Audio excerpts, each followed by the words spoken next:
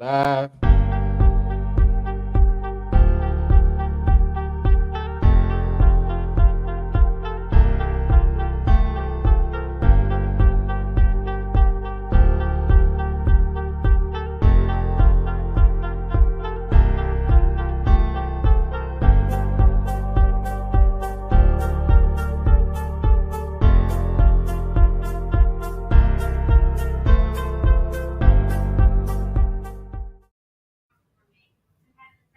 Ladies and gentlemen, boys and girls, you are now tuned. I ain't gonna do all that. No. What the Chad do. Welcome to welcome to the weekly check-in show, man. Welcome to the weekly check-in show. I am one of your three co-hosts. My name is Ray B. To my right on my screen is the lovely thirst trap, just Tiff Nicole. Chad is running late, but he will be here momentarily. Welcome to the weekly check-in show, everybody. Yes. Welcome, ladies and gentlemen, boys and girls. Yeah. What's up? We back. The last Tuesday of the month. Say farewell to June, because July is slowly approaching. What's going on, y'all? Huh? I said it's hard to believe already. Yeah, man. We're literally more than halfway through the year. We halfway through the year. That's crazy. We halfway through the motherfucking year. You know what I'm saying? Shit, before you know it, if we talking about when we celebrating New Year's at? Don't even. I know, right? Yep. Tiff, what's going on, beautiful? How are you? I wish I could just say I was relaxed. So I just got back from vacation, but just not. But it's not. It wasn't relaxing. Like, that's the unfortunate part. The vacation wasn't relaxing? No. I mean, I'm glad I got away, but no, it wasn't. From the picture, well, I can't say from the pictures. I couldn't tell you. No, it was fun. Don't get me wrong, it was fun, but it was not relaxing. I didn't get to relax. It was we were with like 16 people, so it's like, damn. It's no way. It was with my family, so it's no way to relax. Everybody want to do something all the time, Yeah. So, and then we weren't there the whole week, so our trip was cut in half. Ari's trip was cut in half. Mm-hmm. So don't get me wrong, I had fun. Right. We got massages. Ari had her first massage too. Candace, what up, Candace? Hey, Candace. So that was me getting the massage was probably the most relaxing time. You cheated on me? Listen. You got a professional, girl. My uncle's girlfriend paid for all of us to go. It was like 6 of us, and she paid for all 6 of us to go. Damn. And and my back was terrible because my mom had taken the little massage gun. Yeah, you told me. She had taken that, so I'm like, oh, that's why, man. Last week when we did the show, I passed out. Like, I was like, oh, but like my back feels so good now. But like I was bruised up, like you had knots in your back. That back terrible, like terrible. Like I could feel them, like it was like that. Like my back was like that. I gotta go to class. I gotta go to class tomorrow. YouTube. Yeah, man. She was, and she got to getting in them grooves. Oh my God! Like I'm telling you, I had like a bruise on my butt, like in my glute. Damn. I'm telling you, like I can still feel it a little. I can still feel it a little bit. You talking about after the massage? Mm-hmm. Oh wow. And like this side was probably a little bruised. Candace, you need to make an appointment. Come see me, baby. Go get a massage. Like if I need one at least monthly at this point. Like I still feel good. Man. Like me. It's just getting over there. That's all. I just tell people, and I don't tell people because I want the money or whatever. But like that shit is essential to get, man. Like for real, at least once a month. At least once a month. I need Ari to walk on my back. How much she weigh? How much Ari weigh? Don't get it twisted now. Ari a little thick, so she probably about 80 pounds at least. Like she's solid muscle. So, girl, go get a professional. Yeah. It made me like as scared as I am of a chiropractor. It did make me kind of want to just maybe try one because I could tell she was kind of trying to pop my back a little bit, and it wouldn't crack. Like you know how they go see a chiro. I know. I'm scared of a chiro though. Like the way them videos be looking where they be yanking your head off. I don't like that. Like I'm scared. I'm scared they're gonna hurt me. But no, if you tell them, you tell them to be careful. They'll be careful. Yeah, be careful. Yeah, be careful. I know I need to. I definitely know I need to go see one. My neck like that. I definitely need to go see one because I sit in chairs all. You know what I'm saying, all damn day long. You know what I mean. And then on Tuesdays with this jump because I lean a lot. You know what I'm saying. And a lot of times when I come home, I'm always sitting in this daggone chair. I don't sit in my bed. I sit in this chair a lot. You know what I mean. So I definitely need. And I need to holler as a kid. That's better than sitting on the bed though, because the bed is even my doctors told my orthos told me that like my physical therapist, the bed, because you slouch, like you compress on the bed. So it's like that's something too, like me sitting up, like when I try to do the show, right? And because of where my injury was, because of where my injury was, it makes it more likely that I hunch. Oh, you hunch over, yeah, because of where, like because where it was, and I naturally, because it feels better like that. And Aria be making fun of me sometimes. She was like, "You be walking like this." You know, she always shading me any way she can. She gonna throw a little salt up my way. Mm-hmm. Y'all know, I got a buddy, Keisha Brooks. She y'all ever thought about getting stretched? It's it's a place where you out in Virginia, where all over you can get stretched too, like professional. See, now I stretch, like that's not stretching for me. That's my something you need to do too, far as with your hip and stuff. Get stretched also. Stretching is good. Stretching isn't necessarily the issue for me. Like I'm pretty flexible. So that's not necessarily. It's just my back. My back just gets tight. I think I will recommend stretching to people who really is on the fence with the chiropractor. Yeah, I mean it's part of my PT. Like I should be. I mean I don't stretch enough. I should be doing at least 30 minutes of stretching a day. I think we all do. Should. I mean, yeah, but I specifically because of my injury. You know what I'm saying? So I got scoliosis, so I know.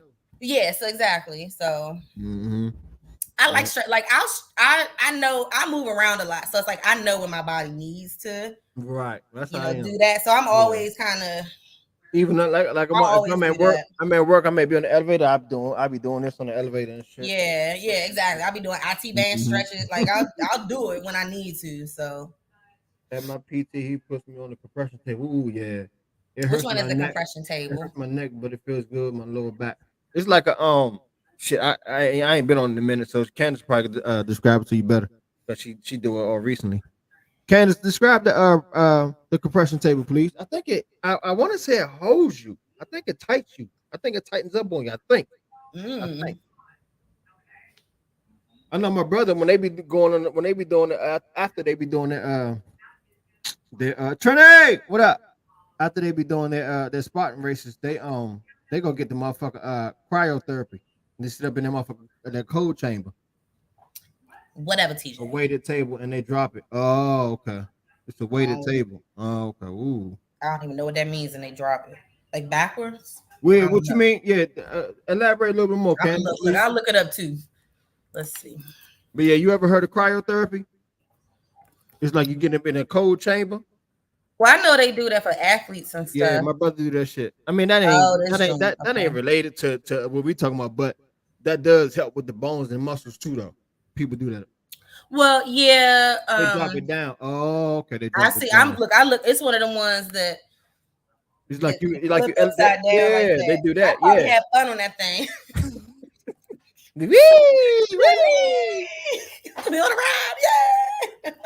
Sir, what's up, sir? Today. Thank y'all for tuning into the Weekly Check-In Podcast, man. Again, I am Ray. My lovely co-host to my right is Tiffany. Chad is tardy for the party, but he'll be here momentarily. Yes, I used to take ice bath out the softball practice. Yeah, hell yeah. I did that shit out the kickball. Well, I ain't gonna say ice bath. I'm lying, but I sat in a cool tub at the kickball. Then we got in the shower, stood up, got in the shower. Tequila, what up, Tequila? Hey, Tequila boo. What's going on, y'all? Yeah, y'all ain't doing nothing this weekend, man. I think they having the pajama jam party this weekend, if I'm mistaken, right, Tequila? On the 2nd. On the July 2nd, yeah. July the 2nd. Where that joint gonna be at? Is it gonna be at Dime's house? No, they having it at the venue. I think they having it at the venue. I already know Tequila gonna pop that information up. I got some more information for y'all too, man. Y'all go holler. I know everybody know who Joe is from Thursdays at karaoke at Fast Eddie's, man. He got a Joe the Show, man. He got a play coming out that he's in. I'm excited for that. It's Grease. Yeah, grease with a little little side of side of mumbo mumbo sauce. sauce. For that picture, he sent me the picture, so I'm gonna put the picture up in the right hand corners right there. I am looking to I ain't gonna say but I have reached out to Joe. I'm trying to get them to come on the weekly check-in and do an interview some of the cast Hey, members as well Tati. as him. Yeah, for Tati, what's up? sure. You know what I'm saying? So I definitely want, Joe, good dude, man. Got a lot going on. This Saturday at Z Lounge in DC. Okay. Chad and the opium down with the Kung Fu Masters Dragon Lee Zone. Trini an asshole, yeah. He is You a 100%. fool, He man. absolutely is. You a Talking about he fool. nice as a cancer. Tati, what up, baby? Ain't Tati girl. What's up, cutie pie? Um, so yeah, man, and that's gonna be what that day second. I think what that July August 2nd. 20. No, for Joe's Jump. Oh, August 23rd through the 26th, something like that. What did it say? I think it's in September also. It's supposed to be 2 shows running. I think it's more than one show. It's a couple shows. Yeah, it's 3 shows on the date right there. Of course, I got the fly. Yeah, I think, like I said, I think one's in August and the other 2 are September because I was gonna try for the September shows. And it's gonna be at Bethesda Blues and Jazz Club. So again, y'all make sure y'all go support the brother Joe. But before all that, y'all go support Tequila and Dime for the Pajama Jammy Jam this weekend. She said she met ZK Lounge in DC, 1805 Montana Avenue. $30 until Wednesday, 40 at the door. ZK Lounge, MK Lounge, ZK Lounge. ZK. On Montana Avenue, Northeast on the east side. It's a 3-day weekend, man. So y'all go get y'all Pajama Jammy Jam on. Okay. Y'all know this is the last Tuesday of the month, so y'all know it's open discussion Tuesday. But we are going to talk about something specific. No, but it's a special episode. We ain't talking about everything. Fuck that. No, we having a show, a special dedicated show on this last Tuesday of the month. We gonna open with the bullshit. We can talk about all of that now. Don't mind me. This is a big deal. I'm not disagreeing. Look, this is newsworthy. This is discussion worthy. Absolutely. It Trump Young Miami and Diddy, like it Trump all that shit at the end of the day. Shit, that big ass, they wouldn't do nothing but flirting. That shit there. Well, they dating, but like. But you have to just talk about the show because she got a little show now. Oh, girl, man, I don't watch none of that shit. I didn't watch. She got a little podcast. I know what nobody was talking about. I'm like, what are y'all talking about? Like, what? She got a little podcast now. Carisha or something. Yeah, Carisha something. And, he was the first guest on there. They be doing nothing but flirting. Well, they said they dating. Yeah. But what? Like that's fine. Like she said, yeah, I got the $1 billion dick on the shoulder. I said that motherfucker Young Miami stupid. She said, yeah, you my boyfriend. They were talking. They were just making it out to be like she was just so stupid for holding up a sign, and he didn't even thank her. But I'm just like, bro, they just started fucking. What's he thanking her for? Like, right. That shit crazy. She didn't help build his career. You said what? I said she didn't help build his career. It makes sense that she would think Cassie, that he would think Cassie, that he would think Kim, that he would think they've been with him. She recent. She recently. Like, right. She knew. She knew pussy. He got relationships older than them people. Yeah. What's wrong with him? Yeah.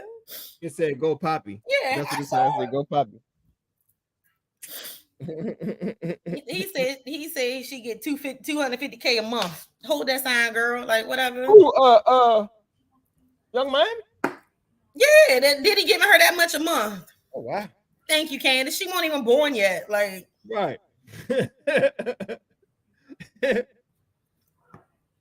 That's why I say some of his relationships are older than her. What you mean you here with Soda? You ain't here with here?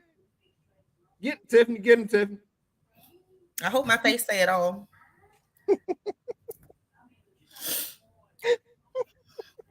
I ain't seen his bald-headed ass and I don't know how long. Y'all remember how he was like, we were gonna have to talk every day, and this man, that shit lasts all the 3 days. It might be best that you ain't on the studio right now, huh?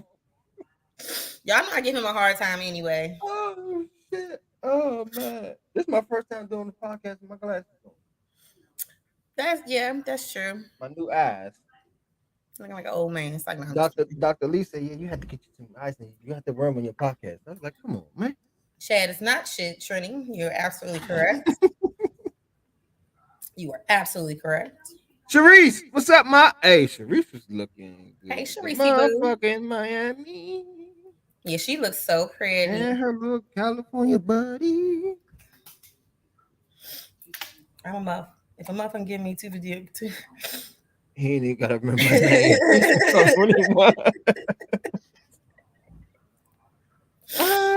Wow.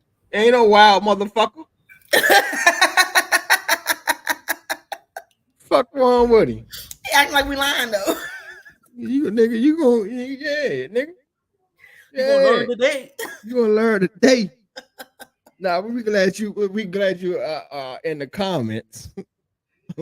But get your ass in the studio if you can. Yeah, anybody want to take Chad's place for the night? Y'all come on. No bullshit. I mean, if he can't, I ain't trying to be funny, but if he can't join us, hey, he around. Nah, yeah, come on, come through. Y'all know we love a guest. We love a guest. And like I said in the caption, you laughing at Trinity? You just saw that?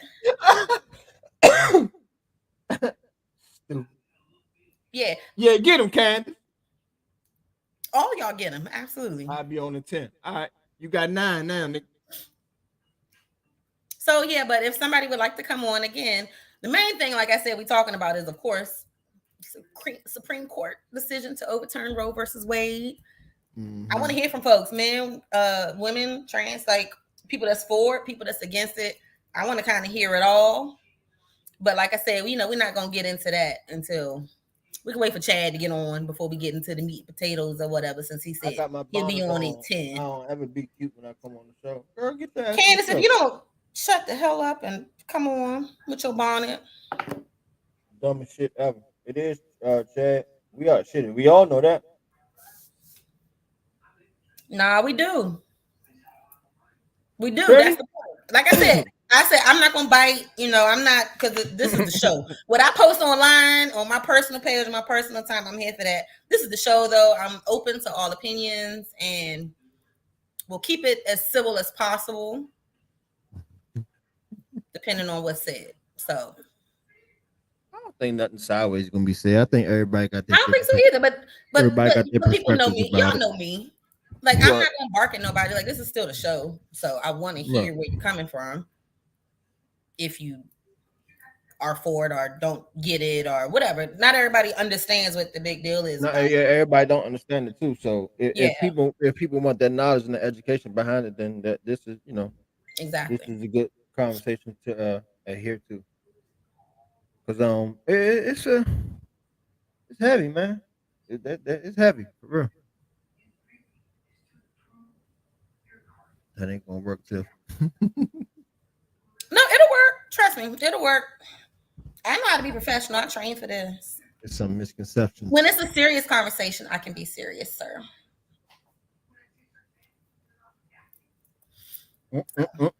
So if anybody wants to come on, anybody want to come on, man, shoot me your email or shoot the email in your in the comments if you don't mind.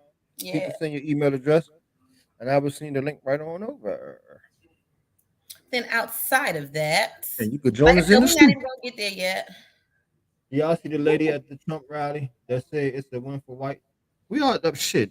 I didn't, but it is. I didn't. But it is. That's the thing, but it is. Mm-hmm.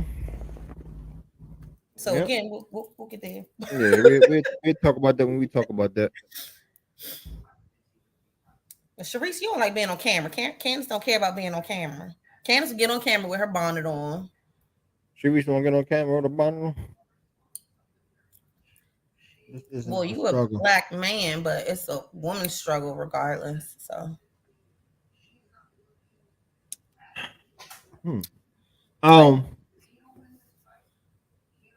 that's the thing. It is our struggle because we're women. You can't help that part. Can't help that part. In a nutshell, basically, the Supreme Court is mama, and she said she's going to let all the 50 of her children pass it out on their own and make their own decision. Yeah, that's what the Supreme Court said. Yeah. So they that's what. Yeah, she leaving it up to the states. Yeah, they leaving it up to the states. You know what I'm saying? However, I don't want to talk about this right now. Yeah, we waiting. That's what I said. We waiting. So I don't. Okay, y'all know I'm a nerd. Like I watch news all the time. Has anyone besides me been following the trial, the January 6th trial? I hadn't. Anybody? The Trump trial? Because today was like they had like a. Candace put her her email down, Ray. Oh, I got. Today they had like a bombshell witness, surprise witness, 25-year-old White House staffer that told how Trump was acting a damn fool, how he wanted to go to Congress, he wanted to go there, he wanted to go to the Capitol, and he told them to take the mags down, and that he knew that they weren't going to hurt him, they weren't there for him. Candace dissent. She said that he damn near assaulted his head of security because he tried to grab the steering wheel to turn the car, and he moved his hand off the steering wheel, and the man came at his neck. I mean, the Trump came at his neck to try and get him to do what he said. She was telling. Yeah. Everybody know Trump was the mastermind behind that shit, man. He about to get in some hot water. And then he still ain't even faced trial yet for motherfucker up in New York with that motherfucker black DA yet. So this motherfucker slim heat, yeah. I appreciate this committee. I appreciate this committee. He gangster. He a old white man with money. He's gangster. It's the white woman / white race problem. Abortions aren't out of our control, except among black women. I say our because we share reflection and parallel struggles. Like I said, we're not talking about it yet. We're not talking about it yet. I mean, they're trying to. It's replacement theory. The white numbers are down, but it's going to disproportionately affect black and brown people. That's why it is our problem. Because black and brown people already, like for those who don't have access, that becomes the problem. That does become our problem. It's a different problem, but it is still our problem. So, we'll further that later. Josh, what up, Josh? Giving you facts, son. Mona, what's up, Mona? Hey, Mona, what's up, Justin? What's up, baby? Y'all make sure y'all check out the Dope Dichotomy podcast on Sundays. I want to say 8:30. I haven't seen the new episodes yet. I think she just started them back Sunday. What's going on, babe? I think. Mona, drop your info, baby. Drop your podcast info for the viewers, please. We greatly appreciate it. Not only this is not on Facebook, this is also streaming through YouTube as well. So. Cool. So, what up, Keith? But Trini, that's why you should go ahead and come on. Because I know you're an intelligent man and you just having to type it. Like some stuff is gonna get lost in the sauce, and some people may not hear what you say. So come on. Mona, what you doing, Mona? You want to come on and chime in? You very knowledgeable, sister. I know you got a lot to say about behind this fucked up ass situation. And males' perspectives are still wanted and needed on this too, because it impacts men. YouTube tomorrow. It impacts men as husbands. It impacts men as fathers. It still has an impact on y'all too. At the end of the day, I posted an article about that earlier. So on your page, I'm gonna look it up. Yeah, okay. I'll check it out. Let me see. Check it out. Or if you can email, you gonna tag me? Okay, cool. Bet. Well, I'll post it in the comments if I can find where it's at. Mistake, what's up? Welcome to the weekly check-in. To the weekly check-in show. D-Cash, what's up, D-Cash? Glad to have y'all with us on this last Tuesday. Oh, I'm editing the podcast and I'm high as gas at the moment. Are you doing editing now? I know that's right, Mona. That's what's up. Oh, okay, Mona. I see you, baby. What up, D? What up, Miss Cash? Red light. What's up, red light?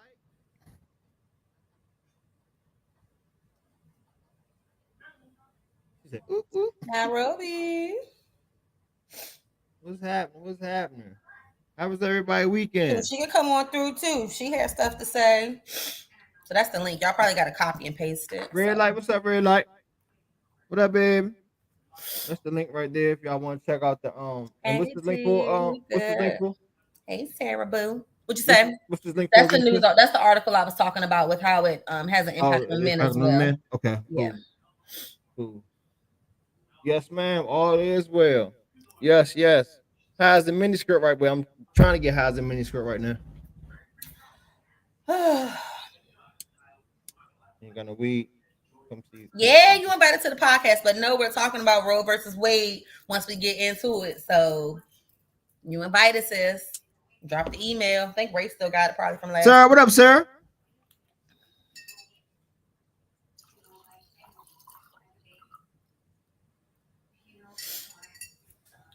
We should. I wonder if Taki's still on. We got need some healthcare practitioners. Like, let's go. Let's talk about this. So healthcare experts. Let's talk about any healthcare personnel on that can give us a little feedback or come to join the studio. Y'all more than welcome to. Like I said, put your email address in the comment box. What's up, Miss Fuller? And I'll send you a link. We go from there. So yeah, but before we get, like we said, before we get all into the heavy, BT Awards was what, Sunday? Sunday. I didn't look at them. Okay, I was gonna ask did you watch it because I didn't. I ain't look at them. I didn't. I did watch Chloe's performance on YouTube. I did hear what Janelle Monáe said, and what she said? The F you to SCOTUS, the Supreme Court. Oh, okay. Hey T. Candace, hey girl, where you light at? Light on your face. We need to see that pretty face. Your pretty face. Get your lighting right, baby. It's dark. I got on the top light. I can't see you. I need that light over P. Diddy gave $2 million. $2 million to who? What's up? Kanye made an appearance. I know that. Yeah, I saw that. Wild ass outfit they said he had on. He always wild. It's like it shouldn't even be surprising anymore. Why is it so dark? I can't even see me. Sharice said you're not in witness protection. Like shit. Oh, he gave $2 million to Howard. That's what's up. He should have been giving motherfucker money to Howard. Fuck. I guess I got to get close up on it for y'all to see. Now we can. Well, you going back. Well, you a little dark again. I saw you for a second. What about now? Kind of. Hey, pretty girl. What about that? What about that? Wait a minute. There you go. Okay. Put a white backdrop so y'all can see my that actually helps. Yeah, that actually helps. Oh, it went dark again, but okay. Country Bumpkin, what up? Hey, how y'all doing? Good, girl. Can't call it. Man. How you feeling? Another day at the second job. I'm okay. This back is giving me a fit, but you know. So what's going on with your back? What's your issue with Did you ever get some sleep? Yeah, I did last night. Good. Tiffany, the underlying condition I have arthritis, right? Okay. But I also got an old ass softball body. Okay. And it don't help that I'm overweight. But it's hard for me to do things to lose the weight because I'm always in pain. So I already have 2 titanium plates in the top of my spine, and now the bottom ones right over my tailbone that support my hips and my butt, they're degenerating. So, so you seen the way I walk, and I'm bottom heavy. So it's putting a lot of pressure on those 2 discs right above my butt. Yeah. And there ain't really nothing they could do about it. So I go to like PT twice a week. They got me on these pain meds that I don't like to take. Yeah. Would they make you high? Well, sometimes they help with the pain, sometimes they don't, but most of the time they just help you forget that you're in pain. Okay. And it's a narcotic. So it get addictive. Yeah, and so I have to wean myself off, and I work for DC government.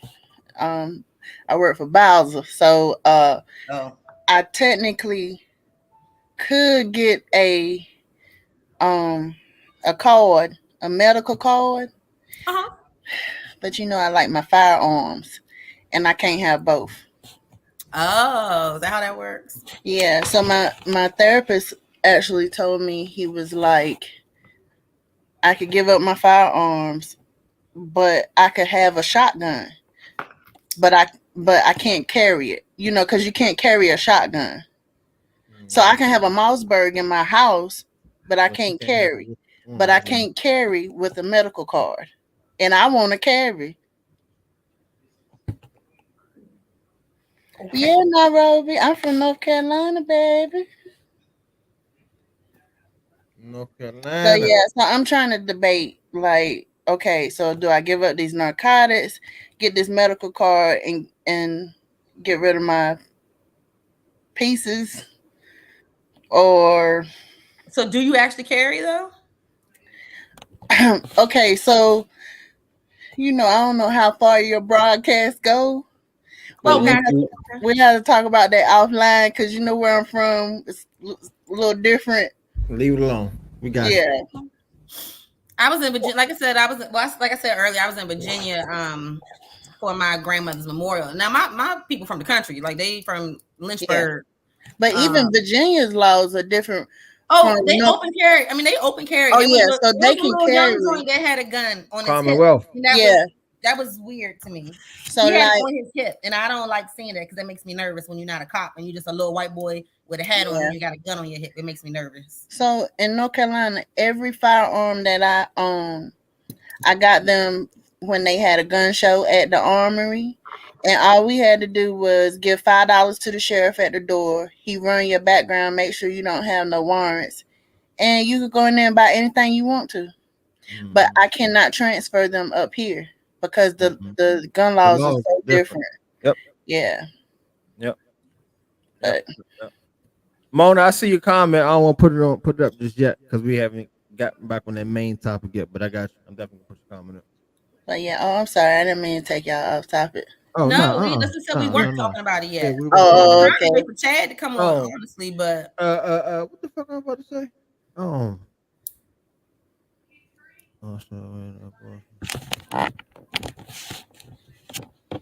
So you back, but you can't get a marijuana card. You almost get a marijuana card, but you do. Speaking of marijuana, how about Ray? I didn't find your birthday present until like 3 weeks later. I was driving, and I kept saying, "Why the hell my damn car smelled like weed? I ain't been smoking. Ain't nobody been smoking in here."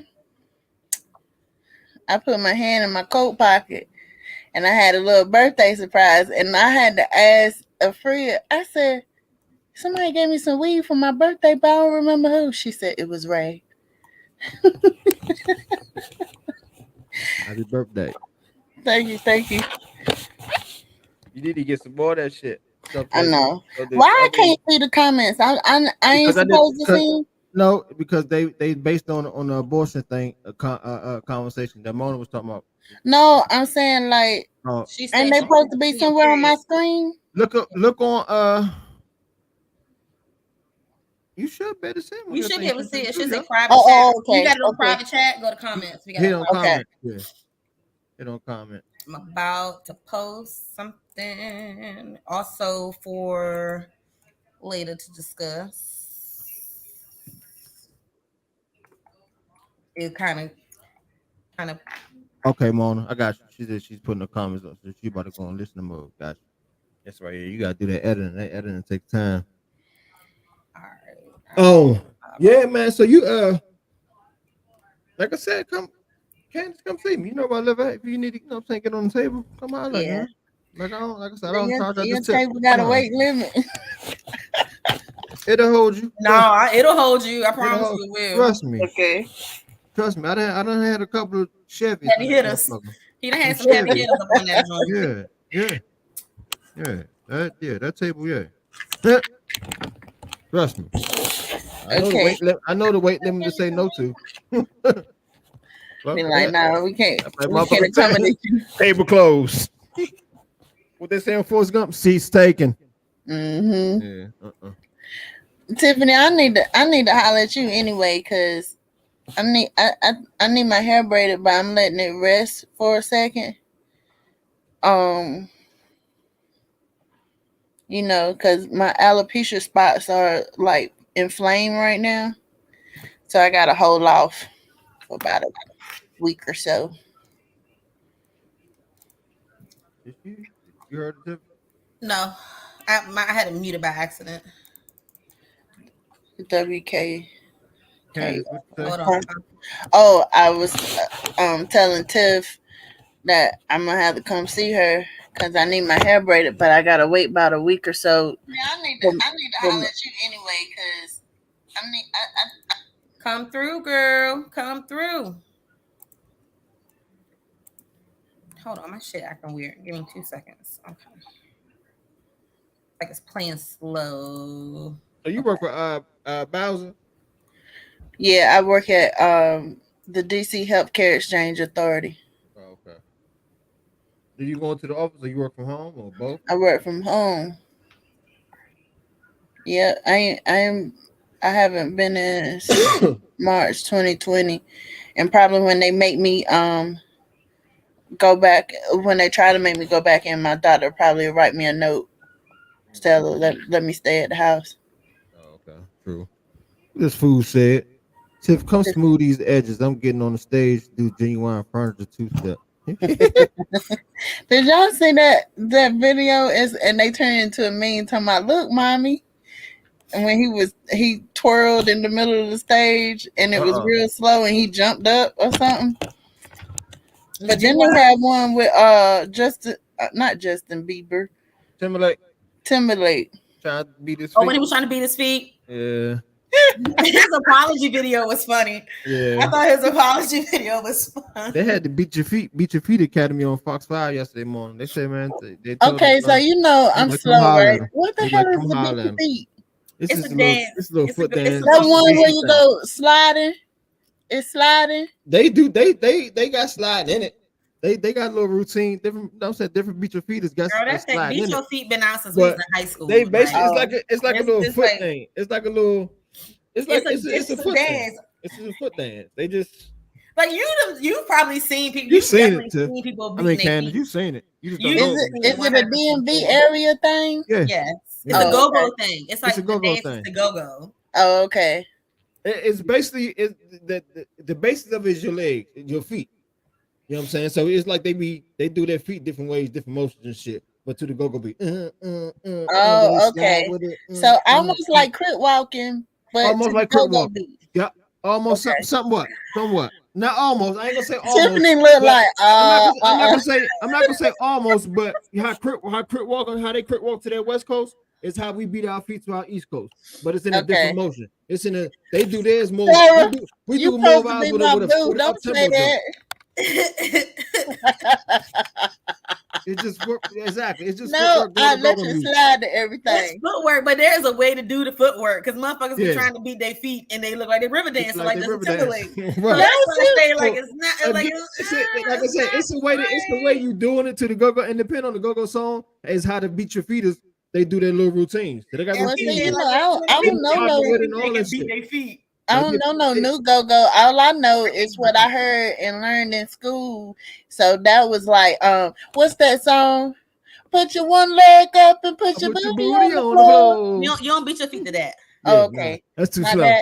That's too slow. Too slow. Okay. Again, it's up tempo go-go. It's that shit you got to hit nowadays. It's like TCB, raw image, backyard. It's like, okay. Yeah, it's like, yeah. Okay. That's how it is. Y'all see what Sarah said? It's like it's so fun. Like when you watch people that can beat their feet, when you can watch people that can really beat their feet, like it's like. Hey Tiff, can you YouTube a jump real quick and share? Yeah. Can you y'all see what Sarah said? Yeah. I hate her. Beat 'em, beat your feet. What she say? Beat 'em, beat your feet. She said Candace probably line dance. Oh, line dance. Oh, look, why whole time I thought Trini said that. My bad. Because Trini little shady ass will say some shit like that. So I could wobble. Oh shit, that's my shit. I could put and you know, have y'all ever been to a trail ride? We dance out there at the trail rides, and it do be kind of like some funky ass line dances. I ain't even gonna lie. Well, I like country and line dancing and stuff, but let's see. Trini said, "Don't do them like that." You gotta give me. I know I really did. My bad, You bro. gotta give me that Chicago line dance music. Fuck that. Shut up, Sarah. Just yodeling. I can call hogs though. How you call a hog? No, It's real loud and obnoxious. log off camp. I have to do it like when we outside together. I can't do it in the house. My roommate will probably put me out. A funky good time. You just remind me of being back in Virginia. Like my little cousins, their accents. What part of Virginia were you? Lynchburg, Evanston, Forest. Like, but their accents are just as thick as yours, and like you can't hardly understand what they're saying sometimes. Yeah, you don't know how many times. Like, okay, so my roommate, she's Sierra Leonean. So a lot of times, you know, when we talking to each other, we just bust out laughing because she chopped up. But she from here, so okay. But it's just her accent probably turns on. Mm-hmm. Let's see. Hold on. Shut up, Sarah.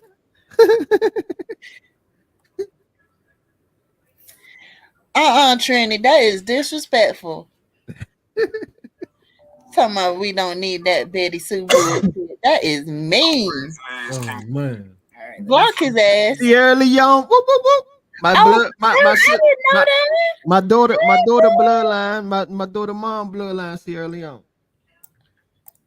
All right, yeah, man. My baby is part African.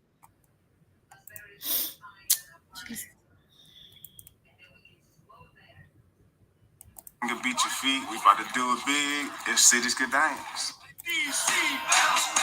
I'm trying to play it. Shit, this is getting on my nerves. Oh my god. Bounce, bounce, bounce, bounce, bounce, bounce, bounce. I know it's because it's only gonna play. Steve.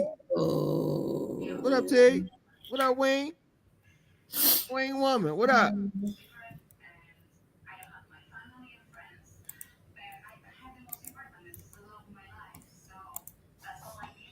Trying to make it like if I make it big, it's gonna try to share the whole thing. Oh, here we go. All right, let's see. Hey, Tasty. Can y'all see it? Yep. All right, here we go. This beating your feet. I need to see their feet. They about to show you. Hold on, if it play right. Hold on. Beat your feet is a footwork-driven dance. The whole dance just shows go-go, the rhythm, the roughness, the rawness of the city. All right, come on.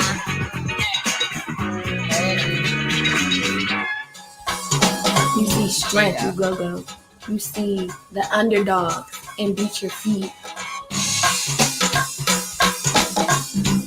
That shit is a livelihood. That's to preserve the culture. We got a lot of Afro-Caribbean movement. Go from up to 3. Go-Go has been here forever. Watch out, take him to church. Yeah. Watch out, take him to church. Our father Go-Go would be Mr. Chuck Brown. He's the one moving. Y'all don't need to hold. Here we go. Let's see him dancing. Right here in front of the Howard Theater. Boy, talk, dance. Historic, means a lot to this community. You know, we had Chuck Brown play here, James Brown. That's Portia. I know her. Crazy Legs is Crazy Legs. so chill. He was on and then when he dances, he has his 200 miles per hour movements, and it's like, where did that come from? He's just a legend out here in the streets.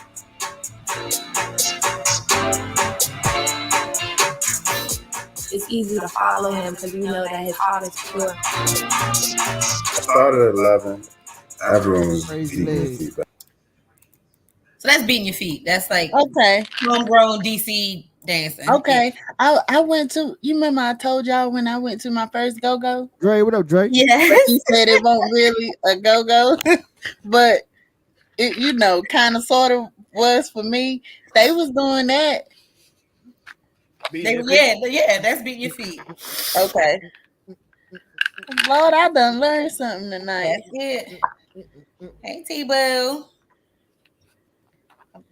So now you know the epitome of beat your feet. Mm-hmm.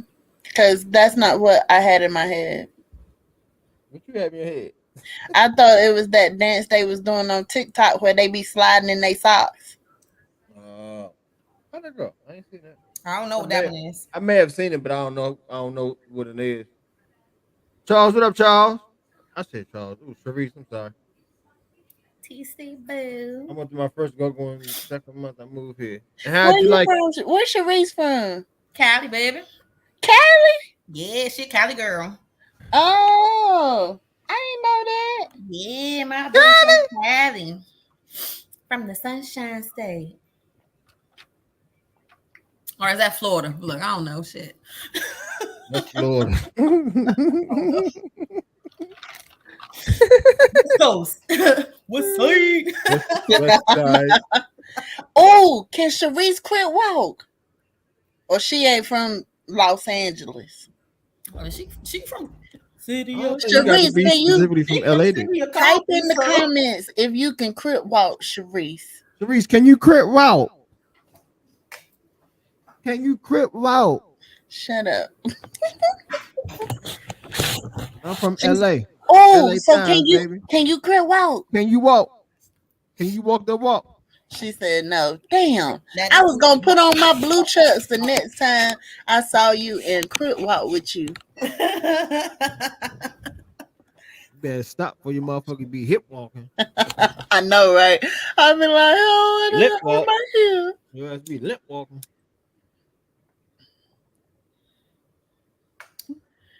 Can you crip walk? Yes, I can, Trini. What up, cuz? I used to be when that song "Put Your Right Leg Up and Put Your Booty on the Floor." I used to could actually put my right leg up and put my booty on the floor. Now we see you do that fast, Eddie. Now, if I put my right leg up and put my booty on the floor, I need help up. We gotta help the booty back up. And we have helped the booty back up. Oh my god! Oh yeah, Sharice. Yeah, that's what you claim. True. You claim, okay. True. You claim. Don't laugh, Trini. You had to be there. Tiffany helped me get my ass back up. Literally. There's a whole lot of dancing and a little bit of go-go and a whole lot of ass, okay? Literally. Help you get your ass back up. Literally. That was so funny. I was like, wait, I can't lift it back up. Damn, shawty. Heavy booty. Ooh. Oh, girl ain't what she used to be. Ooh, this 42 hit hard.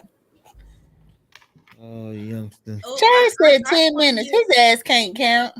Who?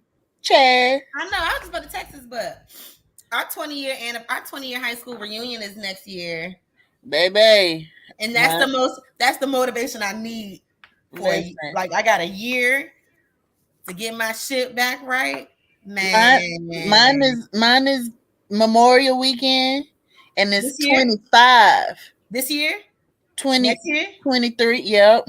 Girl, all right, we 25. Got a year. We got a year, okay? We got a year. We're gonna get this shit together. Back's good, knees good. We gonna be bomb as fuck. We got a year, okay? We got a year. Let's do this shit. I ain't playing. That'll be the motivation. I need motivation sometimes. Right. Come in stepping on the neck. That'll do it every once in a while. I always been a little thick, but I ain't never had to wear no contraptions like a girl to hold my fupa in or nothing. Ain't it weird? And I want to be able to eat, and wear my clothes without feeling constricted. Yeah, I don't like that shit, bro. I don't like it. It's uncomfortable and it's hot. Yeah, and then when the old folks talk about you, it's bad. My mama talked when I went home last time. She talking about, you been drinking more than some Pepsi.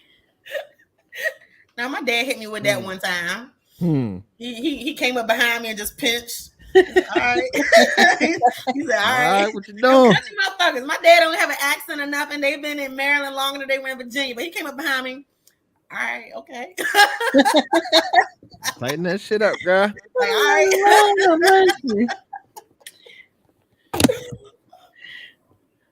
It's all in love. Hey, Tasha. Yeah. TJ, what you calling whack now, Trini? What you calling whack?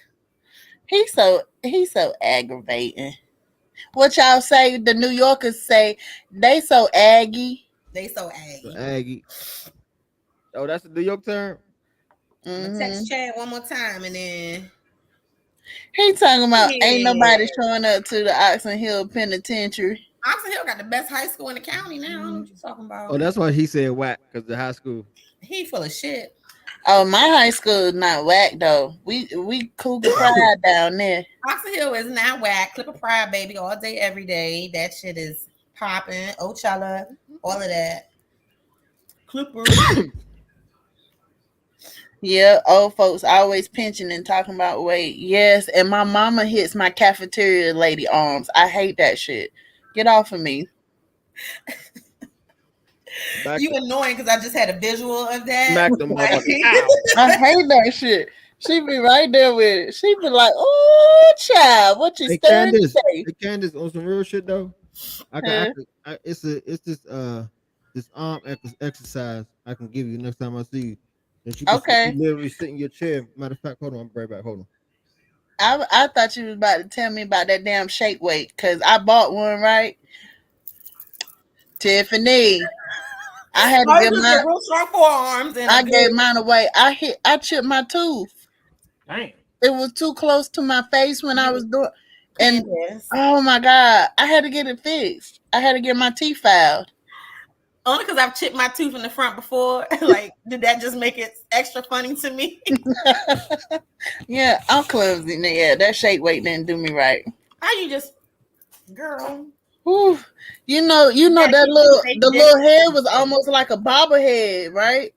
Yeah, I got a little too carried away. You know what I'm saying? Girl, gotta, Who, Corey? I said, I bet you make a mean mac and cheese. It is right good now. I can cook. I love to cook though. I mean, I had to.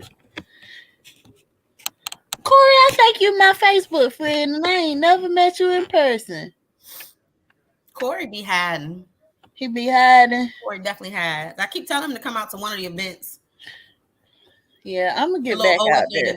He should but I do want to. If y'all go to the Bethesda Theater to see JoJo, is that his name? JoJo? That's not his name, is it? Wait a minute. What's his name? Don't tell him I call him that. What's his name? Joe the Show. Joe the Show. Oh my God. I be calling that man JoJo. I be like, hey, JoJo. Oh, loud. Look, he answered, don't he? Yeah, he answered. All right, he don't mind as long as you calling him. I guess that's all that matters, baby. Can you block Trini? Nah, that nigga heard macaroni and cheese and was like, he tuned in. Corey do think he too good, don't he, Cherise? He would have fun though. I think he would actually have fun with this group of people. Yeah, because look, I'm gonna make him laugh. Somebody gonna laugh around me. OFA is never too serious, and I think that's what I love about OFA. Well, no, if you don't make it serious, then it's never too serious. Right. That's also the key. So mind your business, have fun. He said, listen, shake weight just to practice for provocative extra activities. Well, I ain't never did no provocative extracurricular activities that chip my damn tooth. I got a funny see about how I chipped my tooth. Uh-oh. That was my virginity story. Holy. He said he be at work. Make the money. Don't let it make you. That's my favorite Players Club line. Make that money, honey. You chipped your tooth during sex? It was an after effect of the sex. Were you dropped? No. Tell me, you know all of mine. I started hemorrhaging. What you mean? Your booty? On my poo-poo. On my my pocketbook. She bled and bled and bled and bled, and I ended up passing out. Like I was bleeding so much I had to get in the bathtub. I'm gonna ask you something offline because you know how to do. Because I'm intrigued now, and I don't. If you don't want to put your business out there like that, I don't care. But girl, we done had some of this combo before. It's yeah, fine. but because I told you that's how I sprained my right shoulder. You fell? Right, No, the standing 69, and he dropped me. I won't do that. That's why I don't let nobody pick me up no more. I'm scared. You gotta have a license to pick me up. I'm sorry. And I mean, I gotta be like $130. Yeah.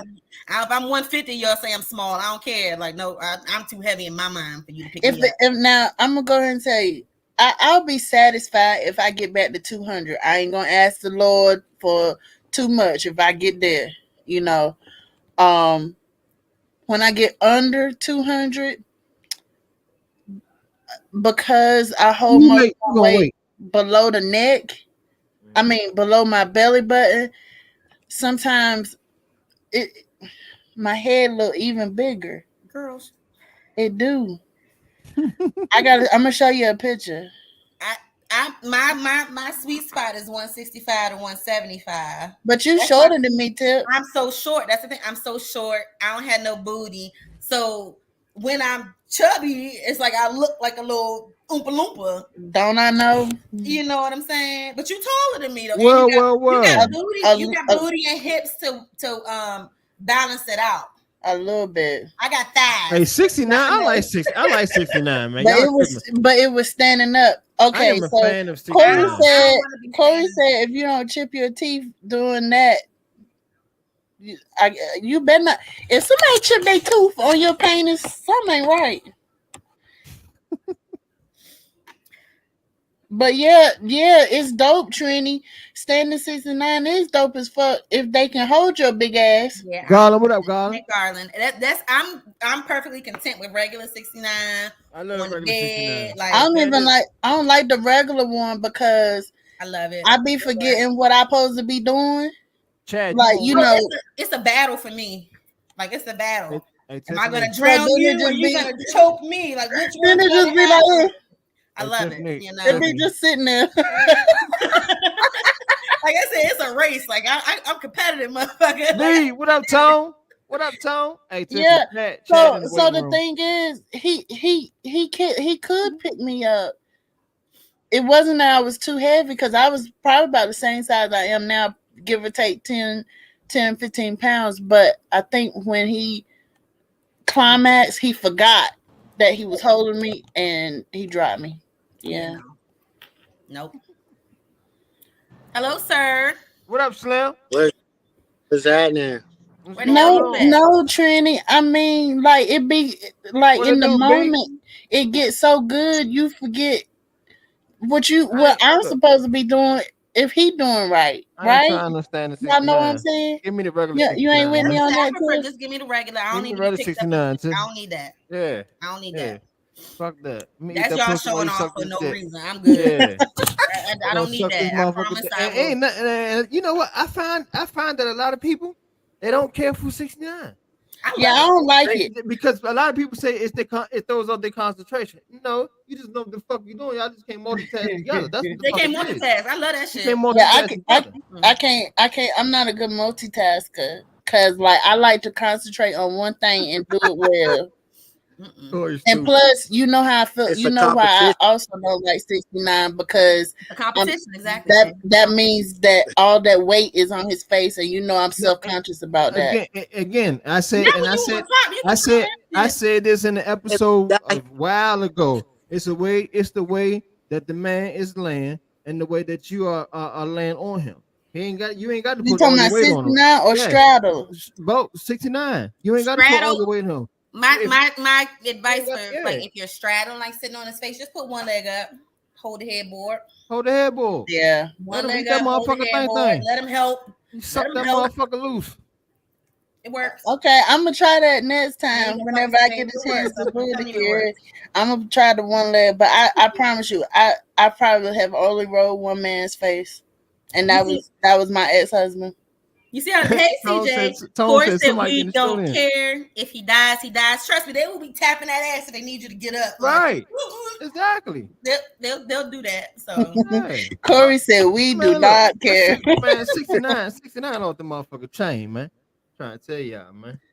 We will be fine. Y'all worry too much. Yeah, I do. Yeah. I'm an overthinker for real. Because if a man's smart, he ain't gonna let you put all your weight on him, especially in that position. Because he already know if he know how to suck that pussy, he gonna make you come 2-3 times. So he know you gonna let the weight go anyway. So he already know. Hopefully, to not have your weight all on him. Or you gotta get that's $100 worth of game. Just give me $5. Okay, I got you. Hey, little brother. Yeah, we got safe words, CJ. Fuck that. Bitch, get up. Fuck you mean? Bitch, get your motherfucking ass up. I can't breathe, bitch. The fuck? That's a safe word. Fuck wrong with you? You want the machete to your motherfucking throat? Oh my God. Listen, Tiffany, you know what I just thought about? I'm so glad that the people that on this live on this live wasn't in the live when we had the convo about my mishap, because they would have clowned me. I would have had to block every last one of them. Oh, man. Yeah. Yes, you're correct. Absolutely. Yeah, right. especially Trini. Yes, get for up, sure. CJ, get up, ho. Hell yeah, get your ass CJ, up. that's what I'm saying. The it's like that's why it's a competition. Either I drown him or he chokes me. That's it. Release the flow. Yeah. Dominic, what up, babe? Dominic. What's going on? Dominic Devereaux. We got a Devereaux Street back home. Yes, we definitely live for your story. Is she from? Is that a girl? Man, what? Yes, it is. It's a woman. Dominique, are you from Louisiana? Yeah, that's true. Sometimes you gotta let her grind into it, lift her ass up if you dying. Yeah, of course. Flip her ass over and then start fucking her throat. Corey, what you need to know, honey? That's another $2 worth of game with this gay, y'all. If you smart. Fuck it. What Corey? Ask Corey what he need to know. Have y'all, ladies, can I ask y'all a question? Have y'all ever did the reverse 69 where though he fucking y'all face? Fucking your mouth? Okay. No, I never did that. I've never experienced that. I'm sorry. She said no. Oh, she said no. Oh, okay. Absolutely. Teabag. I just asked because of your last name. She's from DC. Okay. I just asked Dominique because of your last name. It seemed French. I need to know this story. About what, honey? We ain't telling. Y'all missed it. If you talking about what? I think you talking about what you said. That's another time and place. Y'all ain't finna clown me. Well, the host because we had a special podcast specifically about that. But nah, y'all don't act right. Oh, Garland, you're one of them. I don't like fucking a woman's face or nothing on it. I don't like nut on my face either. It scares me. You know what? When I was in my early 20s, I was big on not nutting on a woman's I'll face. swallow it though. If I'm my saying, daughter's father was like that. I'm like, I was like that. I ain't gonna front. However, when I first received my first head experience, and she swallowed, and a woman swallowed, I was like, oh, hey. So yeah, I don't rack off on places that I'm gonna end up.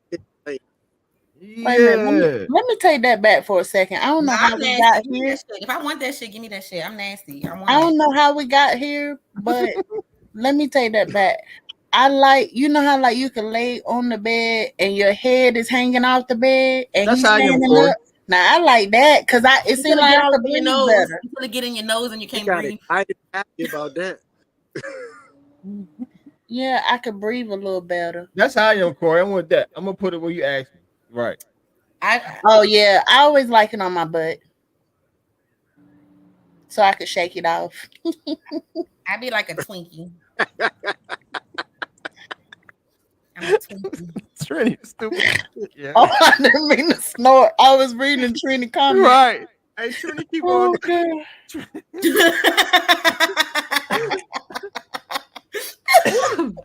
do you want it? Corey, most of the time I want it on my butt or you. Who this too grown for y'all now? Y'all know I don't like to share because y'all don't treat me right. We treat you just right, girl. Yeah, y'all treat me right. Treat you just right. Corey is company. I ain't never seen him on the live.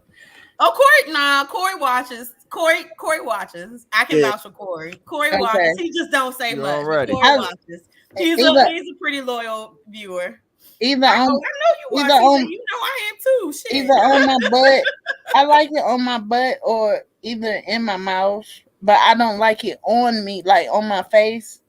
That because I have an don't want that shit in issue. their, and they don't want that shit in their hair either. Yeah, don't put that shit in my hair or my They're gonna fuck eyes. you up, fellas. I'm giving y'all, It fellas. depends I'm on what telling we y'all, doing. fellas. It I'm depends telling on what y'all. we doing for me. Okay, and that's what Tiffany say. It But depends on what we doing. that's if what we she say, actually y'all. getting it in, like Don't nut, Twinkie me, do not son. nut the Twinkie lady's me. hair, Like, fellas. Don't nut the lady's hair. Now unless she request that shit, don't do it. Y'all gonna get fucked up. I'm telling y'all.